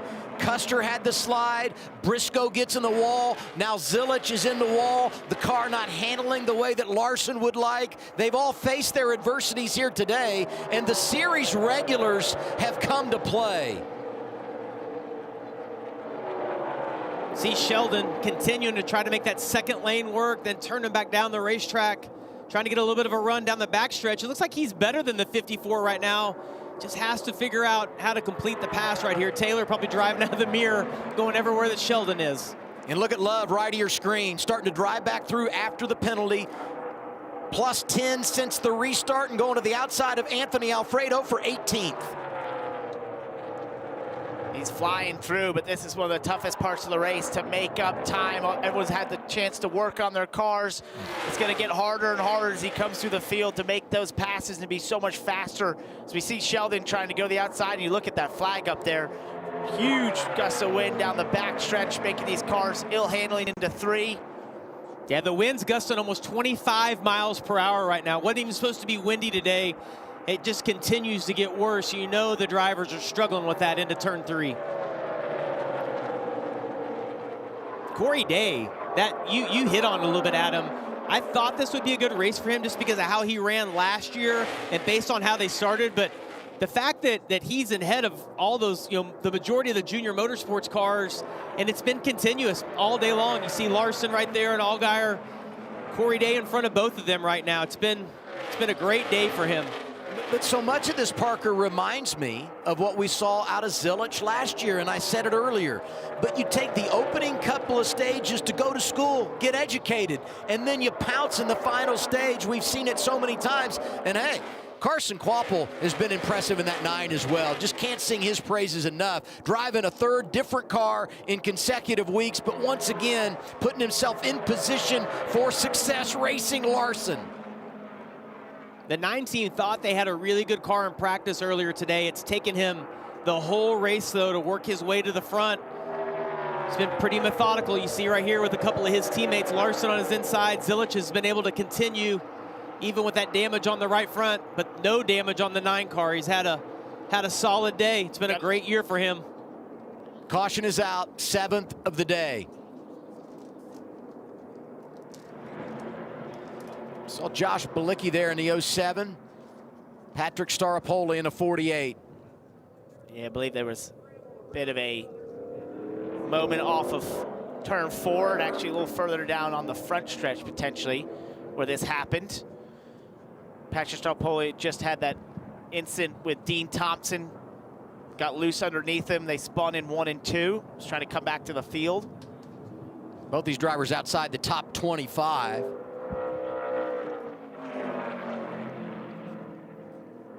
I'm a big fan of Patrick Staropoli, and he's going to tracks that he hasn't seen before and putting himself in positions really that he's not been in as a race car driver. But this eye doctor who's taken a sabbatical to do it full time in the O'Reilly Auto Parts Series, you know, you got to put an asterisk on his results because he's facing something different than everyone else, but he's doing a nice job. 100%, and he just always gets better through the races. As we look here off of 4, Bilicki just got into his left rear, came up the racetrack. The track kind of condenses a little bit off of 4 here. So we get a shot from Chase Briscoe's on board. Yeah, well, that's just misjudging it. Close. Took off and went right in the left rear. No fault of Patrick Staropoli. That's on Josh. But I think to your point, you know, we were commenting in break at one point, you know, you look at his races, he was back in the 30s for stage 1. By stage 2, he's inside the top 30. By stage 3, he was running there racing in the top 20. It's that kind of progression that you want to see. He's definitely got the skills to be here, but just trying to learn so much. And every time we talk to him, each and every weekend almost, he goes, this is the first time I've ever seen this place. That's incredible to be doing this at this level against drivers and teams that have been, you know, going these places for years. So doing a good job there. And I love that qualifying lap he had earlier today. He was committed. Looks fast, hit the wall, and they've had to come back from that all day, but definitely he's doing a good job. Similar to what we've seen out of Carson Kvapil and Corey Day, who are doing it a different end of the field with a different experience level. Outside the pit window here, all those front runners still have a set of tires to work with as we round out the day.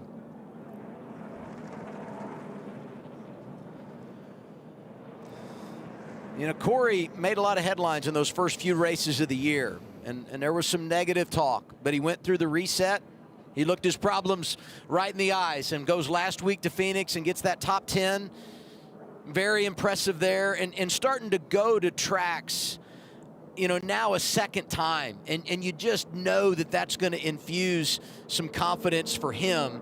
And he was already impressive at Las Vegas in his first go-around last fall, and doing today what you would expect, stepping up in 3rd. And I think we're getting rumbling towards here as we get later in this race. This is when the restarts get a little bit more aggressive. And we've seen, Jamie, that outside lane doesn't quite work. And I feel like when you get later into these races, as we look, pit road will be open. It's a tough decision. What do you do? How aggressive do you get? We'll see if anyone chooses to come down here. Ooh, we're going to get a couple little fake outs right there. I don't think anybody's actually coming. Brandon Jones comes in, maybe taking a chance.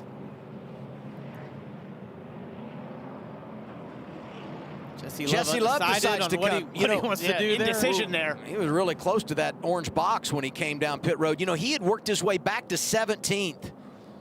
Split decision here. Some of the drivers coming down pit road, Dylan. Yeah, we saw Brandon Jones, he's on the right of the screen and what hit first, was listening to the 2 radio, and there was a lot of discussion between Jesse and Danny Stockman about what the right move was. They are very, very close, they feel like, to being able to make it from here on fuel. So that is what they're going to do, fuel only. They'll save their last set of tires, and if nothing else, maybe on the last stop, this may give them a little bit shorter fill if they're able to drive back through the field. But some interesting strategy moves here that you can do when you're a little bit deeper in the field. Let's go back and watch Jesse Love when he's coming in here. You got to have all 4 tires below that orange box. Just makes it. Woo! Woo! He almost came to a complete stop before he decided to come in. Taking the risk. A little strategy playing out as a 2-car tries to come from behind. Taylor Gray leading.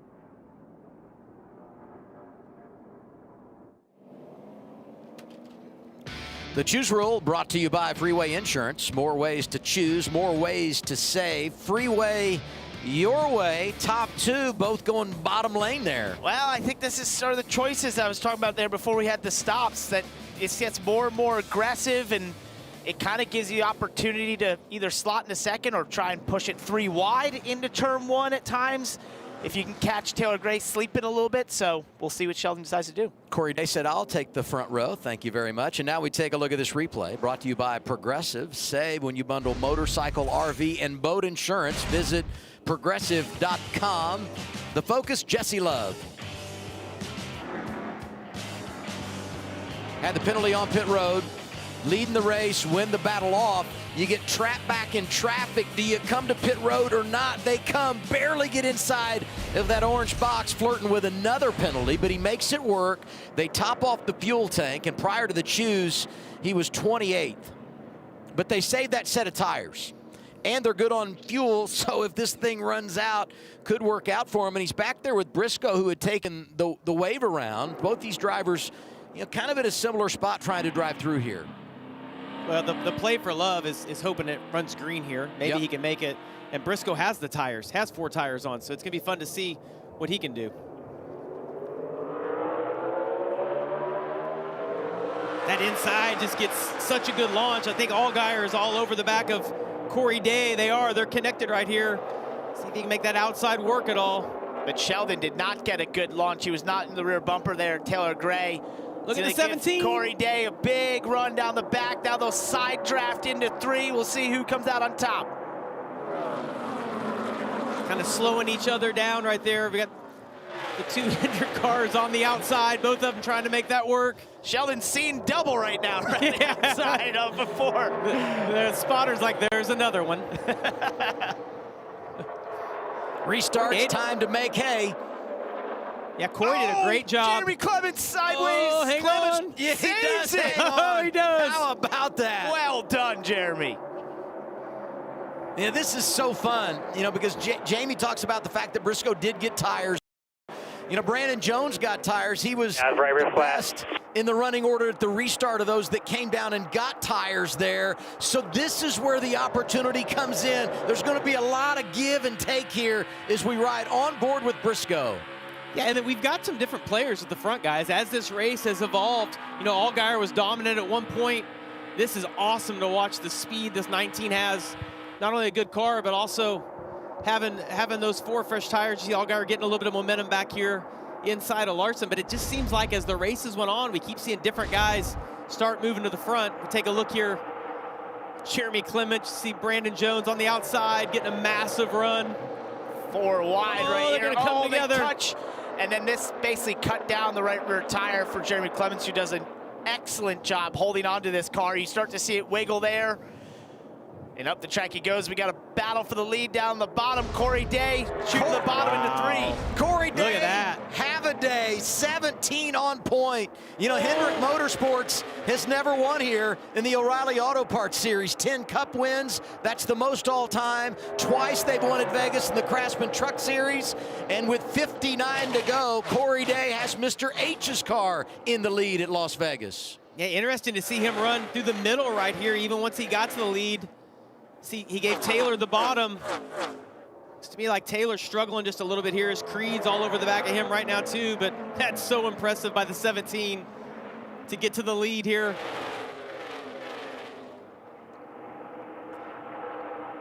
It's just incredible with the amount of experience he has in these cars, how quickly he's figuring out the aero. And when we talked to him last week at Phoenix, still all the things he doesn't know and that he knows he doesn't know and how much he's learning.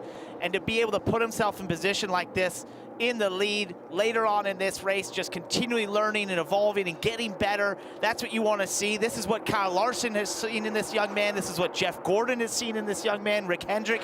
This is why he's in the seat that he is, because they saw this potential in Corey Day, and he's showing it right now at the lead. Yeah, and we've referenced the fact that, he's been running the high limit sprint car races next door here Thursday night, Friday night. Well, this is just race 1 for him today because he's going to run the high limit car again tonight. Those guys are running sprint cars, so sprint car guys are nuts. They race a lot. So much. Gosh, it's unbelievable. We're following the top 3, Day, Gray, and Creed. Right behind them, it's a junior motorsports parade. They've got positions 4th to 8th in the running order.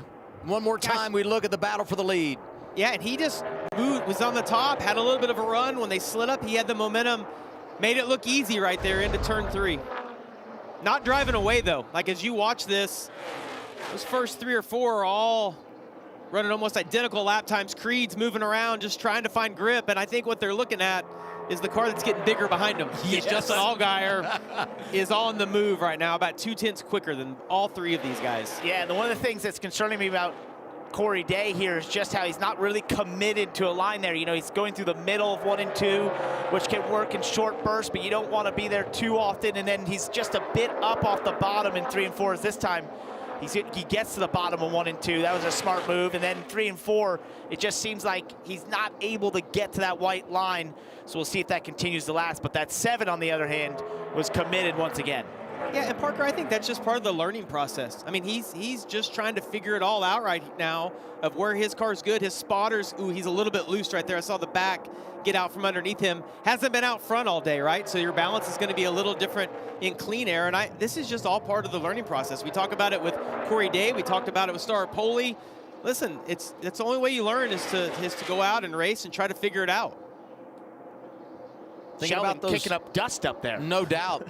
You're thinking about those drivers that came down pit road at lap 134. Brandon Jones on tires has worked his way to 10th. Jesse Love didn't take tires. He's back up to 14th. And look at Gray peeking to the inside. 53 to go. And it's a three-man dance, soon to be four, as Allgaier drives up there. And that was a great example of what I've been watching down in 3 and 4 from Corey. He just doesn't quite get to the bottom. He has this large arc. He's not timing the deceleration perfectly to get to the white line, and therefore you get caught in almost like a no man's land a little bit. It gave the 54 a big run. Is he getting pushed by Sheldon Creed? He's sideways. 54 trying to hang on. Gray into the wall. Caution is out, number 8 today. Heavy damage right front, Taylor Gray. Had been the model of consistency. A lot of time in the top 5. It led 21 laps. Wow. He is not going to be happy with Sheldon Creed from No, that one. We'll go to the garage with it. We'll have to go back and look at that. It just didn't make sense. You see Gray trying to get to the inside of the 17, but I don't. It was like the 00 had a little bit of a run as well. It was like Sheldon wanted to push him, right? Like you do earlier down the straightaway, but didn't detach from him early enough as they got into the corner. Was still pushing. This could get this could be a message. Yeah, potentially. Allgaier might be the savior right here. Yeah. Yeah, here we go. Yep. He expresses displeasure. I love it. I don't blame. Oh, told him he's number 1, I think. Yeah. Why wouldn't you? Here's Sheldon Creed radio. You only get a few blocks. Oh, okay. Wow. Yeah. Well, so he definitely didn't want to detach. Yeah, that's an interesting perspective that Sheldon has there, because it looked to me like he was trying to get inside of Corey Day, so I don't really know that that's a block, as we'll get a better look at it here from an aerial view. Sheldon has the run off the top, ton of momentum. Taylor does sort of move the bottom, but he's also going below the 17, and Sheldon, well, uses the front bumper to say, you will not be doing that. Yeah, I don't know that. I mean, I get what Sheldon's saying right there, but I don't know that hitting somebody on corner entry is could have gotten both of those guys. That's a serious message. You know, that's not a slight tap at a short track, move you out of the way. You're going 170 miles an hour at that point down in the corner. You know when you hit someone like that, that's going to be the result. Well, the one thing that we don't know, and that only drivers know between themselves, is the history they have between the two. There might be more there than what we see, but it seems awful egregious. 50 laps to go in the race. You know, I'm just thinking about the big picture perspective for Joe Gibbs Racing, and we said it. They're without a top 5 this season, and their best opportunity today, no doubt, was Taylor Gray. Let's get some more 00 radio, Sheldon Creed's team.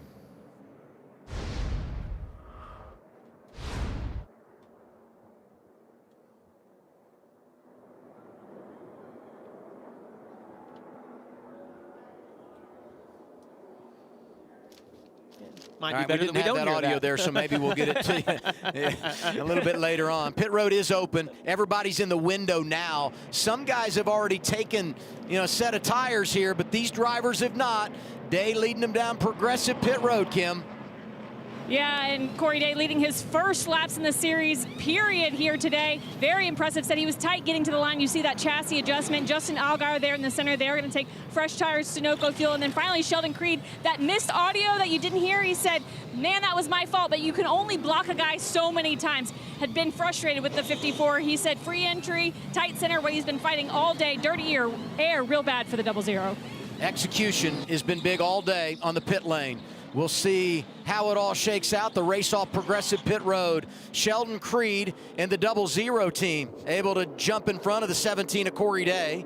He wins the race off progressive pit road, +1 for the 9 of Quapple. Larson gets a spot. Allgaier goes 2 in the wrong direction. And the other thing to point out here is some drivers had come down at lap 134. Among them, Brandon Jones. No tires left. He stays out here. And he was probably on the wrong side of it as far as fuel mileage, but this caution will help him save a little bit. It's part of the choices you have to make in these O'Reilly Series races when it gets down late and with tire limits, sometimes it puts you in a bit of a box, and you kind of have to make some choices that may look suspect from the outside, but are kind of the position you're in. Yeah, but they were in the best position if it runs green. Yeah, he has the tires. He's going to have enough. You take a little bit of a gamble there.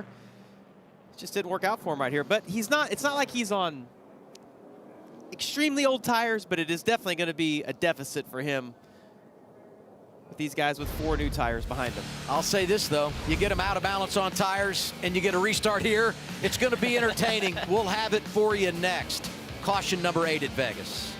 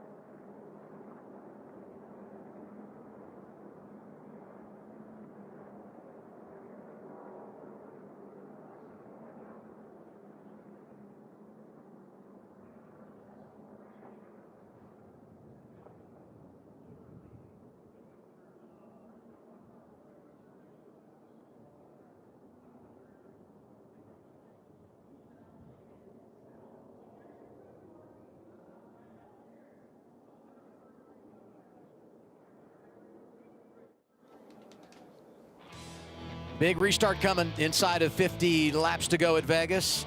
The choose rule brought to you by Freeway Insurance. More ways to choose, more ways to save. Freeway your way. And keep in mind as we do the choose, top 3 stayed out here. Sheldon Creed, the first on fresh tires, goes to the inside. Corey Day goes with him. And that's where Sheldon would want to be, because you can go to the inside here, potentially if you get a better restart and sort of get 3 wide if they're still side by side in the front row, and using those new tires and all the grip he'll have, be able to get away from them. But this will be interesting. Hey, let's go back and get that Sheldon Creed radio presented by Starkey. Scan the QR code now. Yeah, I mean, that was my fault, but you only get to block so many times. Yeah, that's kind of what I saw. Yeah, I mean, I think with 50 laps to go, it's just too aggressive, and that will come back to haunt him. I think that, you know, at a later date, Taylor Gray will catch him and most likely return the favor. Sheldon's had a fast car all day long. I don't know that he needed to be that aggressive early on, but that was his decision, and he'll have to live with it. Yeah, those blocks can be frustrating, but did Taylor do anything wrong or out of the ordinary? Absolutely not. And that wasn't really blocked because he was going to this below the 17. Yeah, so if the 17's not in front of him, it's totally different. But he's trying to get to the inside. I don't. It was over the top for sure. I think Sheldon will regret that one when he looks back at it. Top 3 stayed out. They're on those, you know, older tires. Front row, Jones, Alfredo. Outside of row 2, Jeb Burton is the other one that stayed out here. First time Jones has led laps this year. Here we are once again in the Echo Park restart zone. Echo Park Automotive, where car buying is easier, better, and happier. Oh, the top line didn't get going at all. Anthony really struggled. Well, you see Day pushing Creed there. Look at the outside, Kyle Larson. Big run on the outside. He's on tires, and he's going for the lead. How about it? 88 trying to dance to the front. Haven't seen Kyle Larson all day long in this position. Great restart. Look at Briscoe on the top doing the same thing as well. Man, Rick Hendrick has to be smiling right now, seeing both of those cars out front. Sheldon Creed fell way back here on that restart. He got absolutely swamped. Outside the top 5 now, trying to fight back. Great management for Seth Chafka and everyone with that 19 team. He hit the wall, had to make the unscheduled pit stop, did the wave around. They've kept him in the game, and there he is, riding the high line. Look at this momentum here. If he gets to the right rear here of Justin Allgaier, you get the side draft, the draft in front of him. Oh, gets the inside of his teammate Sawallich right there. And look going where they're not. I mean, Parker Retzlaff is 6th, level on tires, and trying to get Viking Motorsports their 3rd top 10 finish of the year. He came in top 10 in points. Look out! Love is there. Allgaier, Briscoe, Sawallich. They are getting after it. 45 remaining. Oh my, is Love got his hands full. Wow, Jesse threw it on in there, got in front of Justin Allgaier, but couldn't quite gather it up. Allgaier packed air on his rear bumper on the exit and moved him out of the way. Did not appreciate that move whatsoever, and retakes the spot. Straight up entertainment. Larson in day 1-2. Sammy Smith has worked his way up to 3rd, and from 4th on back, Creed, Quapple, and continuing to impress, 99 Parker Retzlaff. Moved in the offseason and is driving now for Viking Motorsports, and boy, is he out of the gate strong in the campaign. Yeah, Parker Retzlaff looks really good. Look at this battle we got for the lead right here, though. I got to think, these two guys out front battled it the other night in sprint cars, and here they are at a 1.5 mile racetrack. Oh, as Day missed the bottom right there. Is that going to give him? Oh, he held on pretty good right there. Sammy Smith, though, looks to me to have the best car of the 3 out front. I don't think Larson's car is that good. I think Day's better than him as well. We're going to find out right here. Oh, Larson, they had a big arc right there. I think Day had to check up just a little bit. It took off on him as he hit the bumps there down into 1. Front end started to bounce up the racetrack, and he just slipped in behind Larson as Sammy Smith is going to get to his inside off of 4 here. This is going to really slow up his momentum if Sammy's able to side draft him, which he does. Uses the shorter distance down below the white line. Sammy Smith, average running position 12.6 today, but he drives to the inside of Corey Day, and he's a runner-up behind Larson. Looks like he missed the bottom right there just a little bit. Day's going to have some momentum. Ooh, almost got into the wall right there. Yeah, Sammy Smith, awesome job today to put himself in the position he's in late in the race. You see Creed coming back into the picture after having a bad restart. Sammy's having a great year. 6th or better in 3 of the 4 races this season. The only time he didn't finish up inside the top 10s when he had the tire problem running great at Atlanta. Been really good with that new crew chief, Corey Shea, and great late in this final stage here today. See Kyle Larson on this restart. Parker mentioned the outside not having the momentum. Look at Kyle, gets a little contact right there with Alfredo. Never checks up, has the momentum on the outside. Brandon Jones held that inside line up just a little bit. Just perfect scenario for Kyle Larson right there. Larson in a similar situation as Sammy Smith, where he's just picked the best time of the day to get that car right, had a great restart. Lap times actually look pretty decent out of the 88. These guys racing is exactly what Kyle needs. Just trying to slow everybody back down. They get side by side, lose a couple of tenths a lap. Yeah, they're slowing each other up, and if they look behind them, it's not only Sheldon Creed, but that black and orange car of Chase Briscoe has been the fastest car on the racetrack for a couple of laps now. He's catching this group pretty quickly, running that high side down in 3 and 4, so if he gets there, none of these guys have been running up there. He's got clean track. Isn't it funny that we came into the day thinking it would be the Larson and Briscoe show, and they both have had their issues, not a great average running position, but both in the top 5 late. Here's Creed making a move. He and Day just continuing to trade for 3rd. And it's been anything but normal for those 2 Cup guys. You said it, kind of up and down days and haven't had dominant cars all day long, but I think it shows why they get to race on Sunday. They just work through it, continue to try to get those cars better. Restarts are where they capitalize. They do such a good job on the restarts to get the cars when they're side by side. So easy to capitalize in that moment. When we think about how you throw it around at this track, 3 of the top 5 guys that made their upbringing in dirt. Larson, Day, and Briscoe, that's how they all started. And you saw a quick flash there of Jesse Love. Had the pit road problem, came down, fueled it at lap 134, whatever it was, and now here he is inside the top 10. Briscoe getting to the outside of Corey Day. It's exactly, oh, major side drafting there. Corey tries to move up. But I believe this will be hard for him to hold off because Briscoe's just got so much momentum on that top side. He's been about the only car in the top 10 up there. He clears Corey and sets sail. Now focused on Sheldon Creed, who's in third, and look at the distance he gains on Corey Day with the momentum off the high side. Briscoe 2.2 seconds behind race leader Kyle Larson with 2 good ones in between. Sammy Smith and Sheldon Creed, second and third. It's time to go full throttle with Sound Gear. Wherever sound is a problem, Sound Gear has the solution. Scan the QR code to learn more at soundgear.com. Turn it up.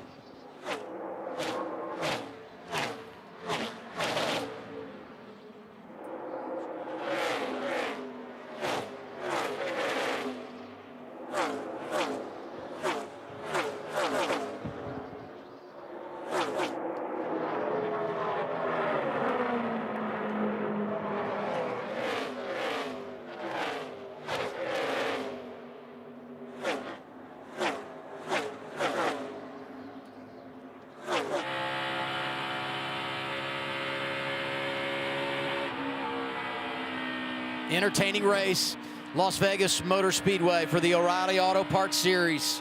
A lot of movement at the front of the field. Early portion of this race dominated by Justin Allgaier. Swept the opening stages. He's led the most laps today, 48 out front, and trying to get back up there as he passes Day for 5th.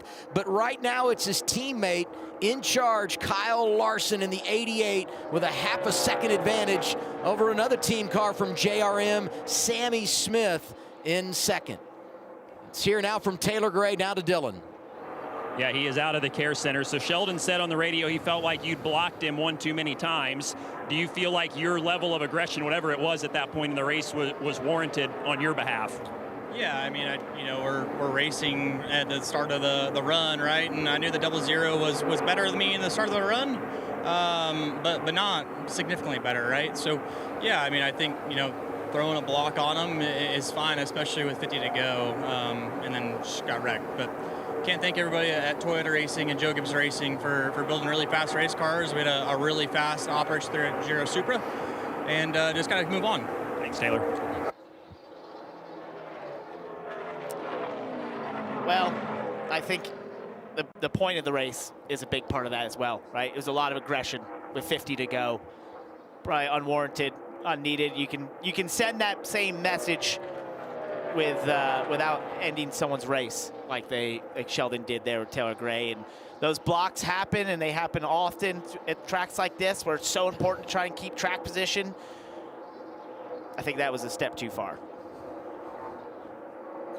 Well, Creed is the guy right now that's holding up Briscoe. Briscoe's been running that top line around the racetrack the whole time, and Creed saw him starting to catch, so he moved up, kind of maintaining his lap times, but it slowed Briscoe down about a 1/10 and a half. As you watch, when we get down here into turns 1 and 2, Creed's been running right against the wall, and he seems decent on this end of the racetrack. But 3 and 4, when he runs the top, he just can't generate the speed. Larson's kind of committed to that middle and the bottom.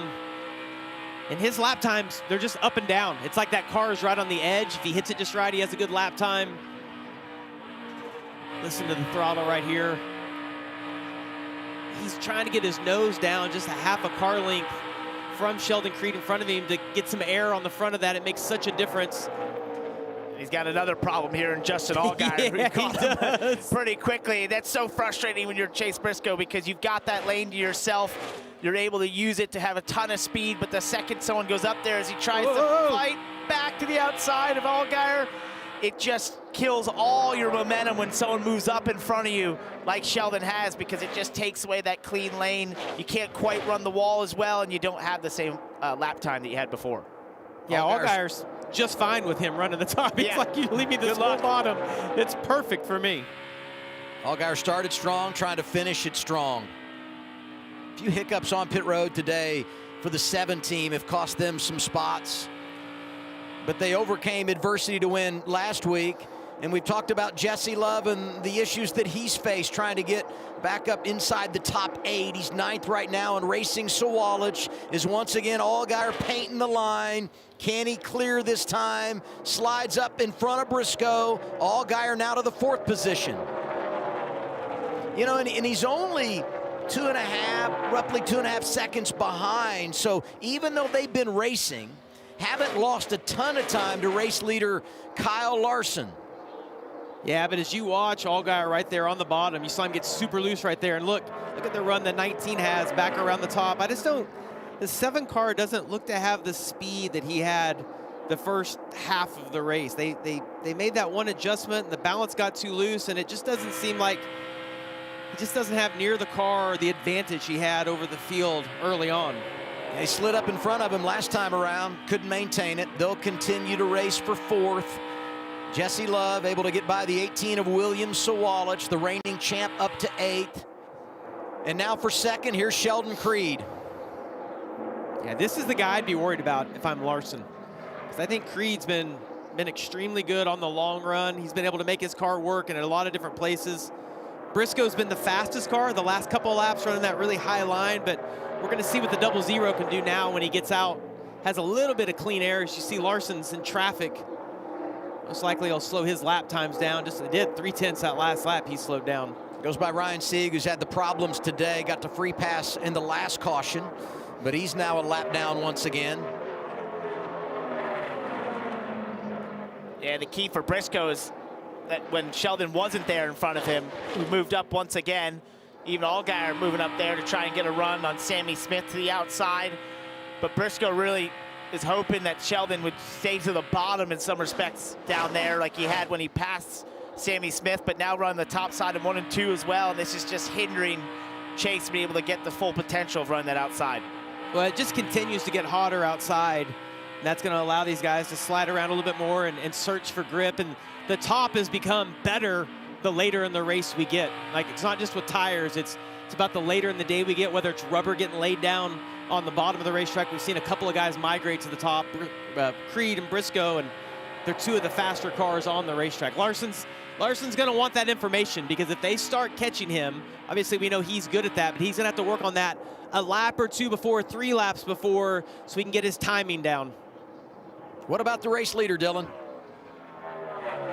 Well, it's been interesting to follow their progression all day. I spoke to Marty Lindley at the start of the day, and he said, Kyle wants to get in here and dominate this race again. You remember the last time he said that was at Bristol last year when he led like 90% of the laps, won the race? Well, it hasn't been that kind of day for sure. They have worked on this thing all day, and they had some setup ideas based on what Marty did with Zilich last year in this car. And Marty said, look, even if we don't get it exactly right, one thing we know about Kyle, he's going to figure it out. And with time and laps, he has done that here, and he's the leader with 20 to go, but has some hard chargers behind him, Kim. And behind him is Sheldon Creed, running in that 2nd position for the 2nd straight week, kind of in a position where he could contend for the win. Remember, after last week's race, he said that win in Atlanta has taken so much weight off his shoulders, and he approaches these end race situations in a much different headspace. He's way more calm, he's more thorough in his decision making, but right now still kind of battling some of the same things he's battled all race long.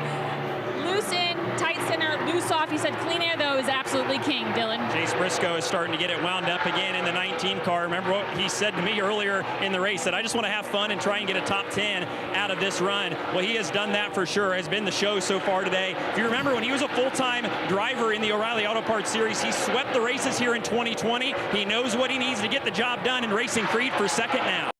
Mason Maggio, the lap car, and it's like, what are you going to do here? They split him and drive around him. Briscoe up to 2nd around the 00. And that was a huge moment for Chase Briscoe, because he's been one of the fastest car, if not the fastest car on the racetrack for consecutive laps, but he just couldn't quite get by Sheldon Creed. He needed an opportunity where Sheldon went to the bottom. That happened going by the lapper there of Mason Maggio, and this opens up the chance for Chase to try and run down Larson. He's been at times 2.5 tenths faster than Larson running up next to the wall.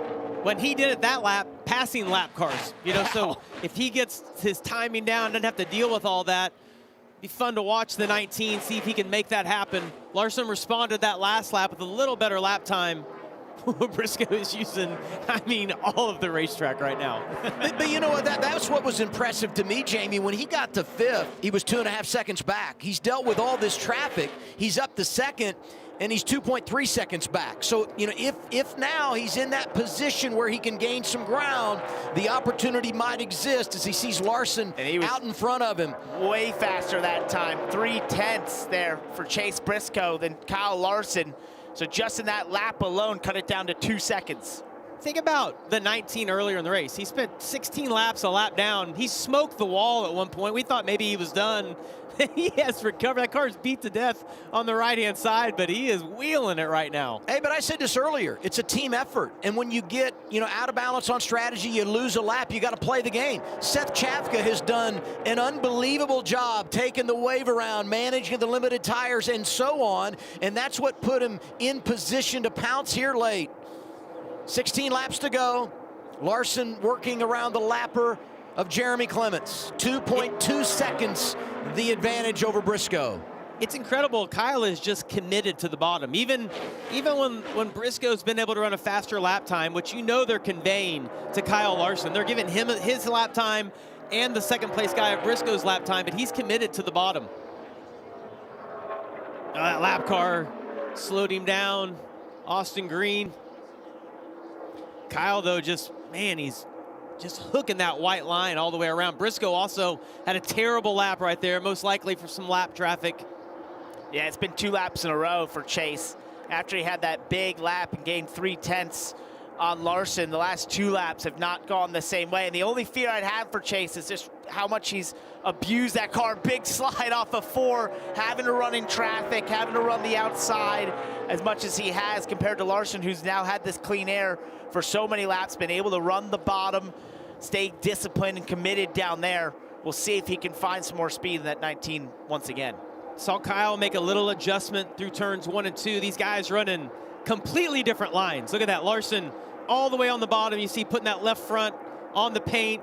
The car right behind him is on the right, running as high as he can. Oh, that lap car. Clements is going to crush this lap time right here. Not going to have any momentum. Look at that, no momentum on the exit. Just no margin for error when you fall into the hole. And when you consider everything they've dealt with, a runner-up today would be outstanding. Certainly not over yet. 13 laps to go. And don't rule out, you know, it's been a heavy day as far as caution flags, 8 of them. Don't rule out a caution and a late restart. The last thing Kyle Larson wants to see is he drifts coming to 12 to go. And you think about how busy he is. We talked about the sprint car side, racing the last 2 nights. He'll do it again tonight at the dirt track.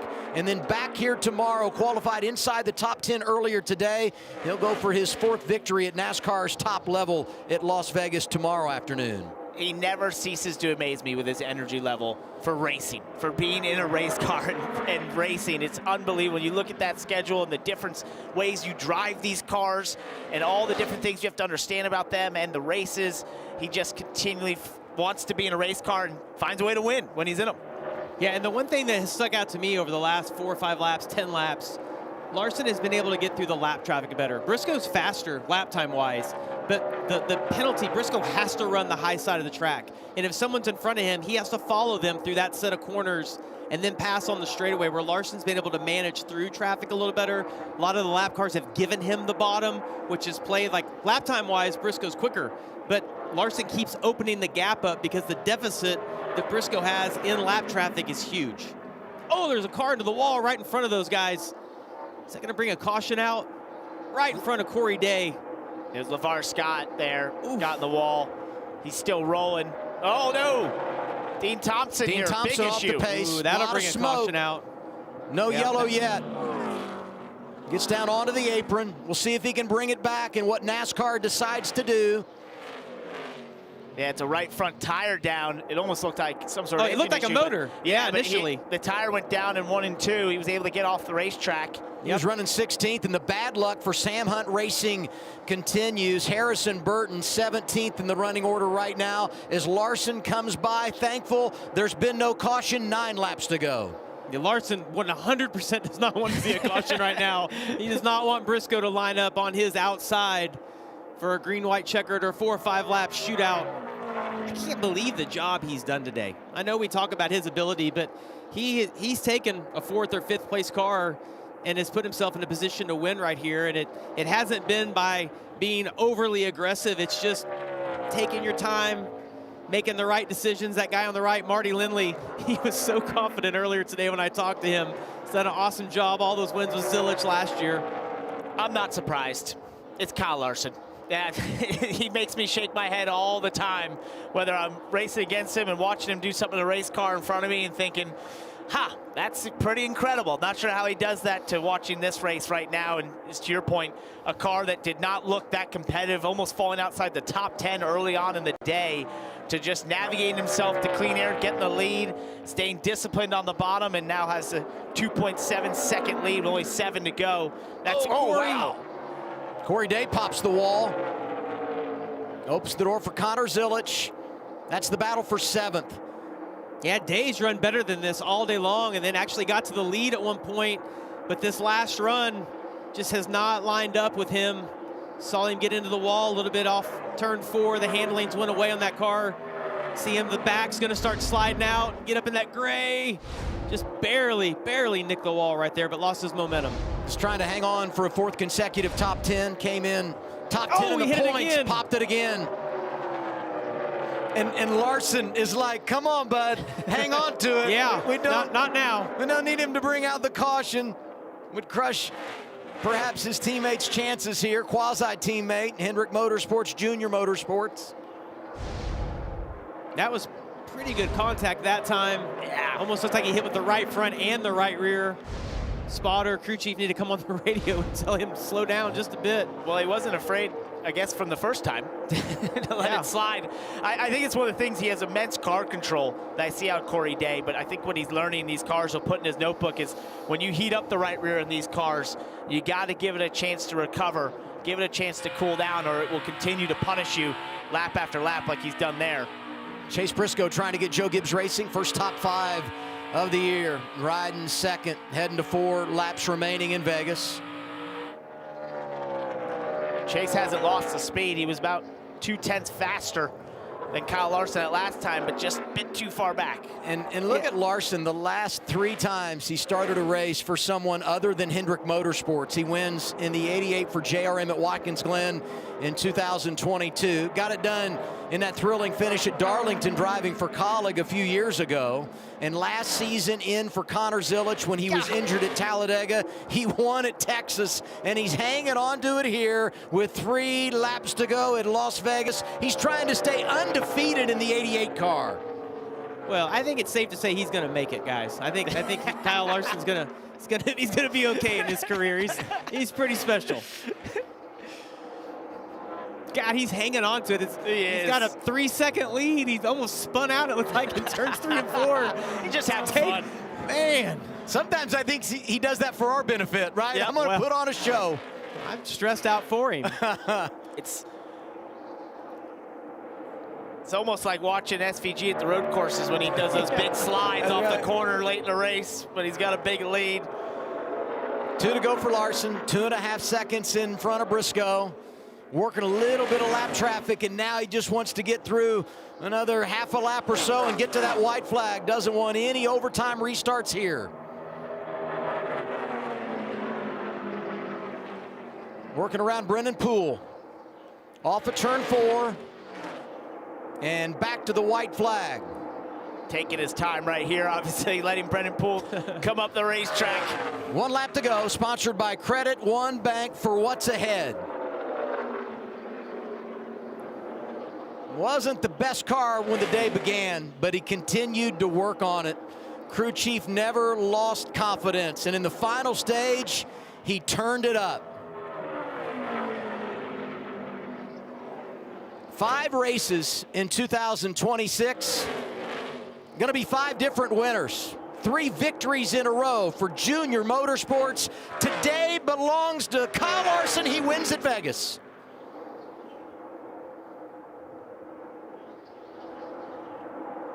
Hey, man, you bailed us out. Sorry, I give you a terrible race car, but... Marty Lindley, who lives in South Carolina and makes the drive every day to Mooresville, North Carolina to work at Junior Motorsports, gets another victory. Had that magical campaign a year ago with Connor Zilic. Called his shot earlier today. Great job. That's a bit unexpected, so congrats, team. That's awesome. He said no matter the race car that we give that guy, we know he can find a way to win with it. And I think today is a great example of that. He probably didn't have the best car, but that man behind the wheel just made it happen. 18th career victory. Second time he's won in the O'Reilly Auto Parts Series here at Vegas. And he'll try to get the sweep tomorrow, driving for Mr. H.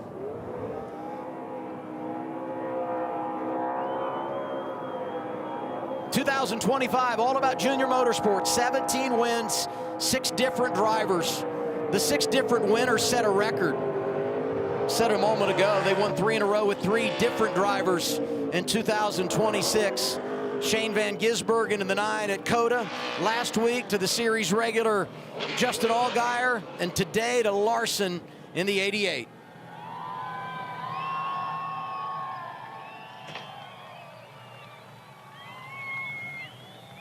I'm really hoping that Owen runs out with that Corey Day t-shirt or sweatshirt on again right now. That would be epic. That's 5 wins for Junior Motorsports here at Las Vegas, matching Joe Gibbs Racing and Richard Childress Racing for most all time when you look at these active teams.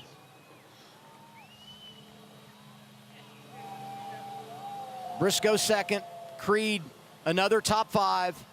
Allgaier, after winning both stages, finishes 4th. Sammy Smith was 5th.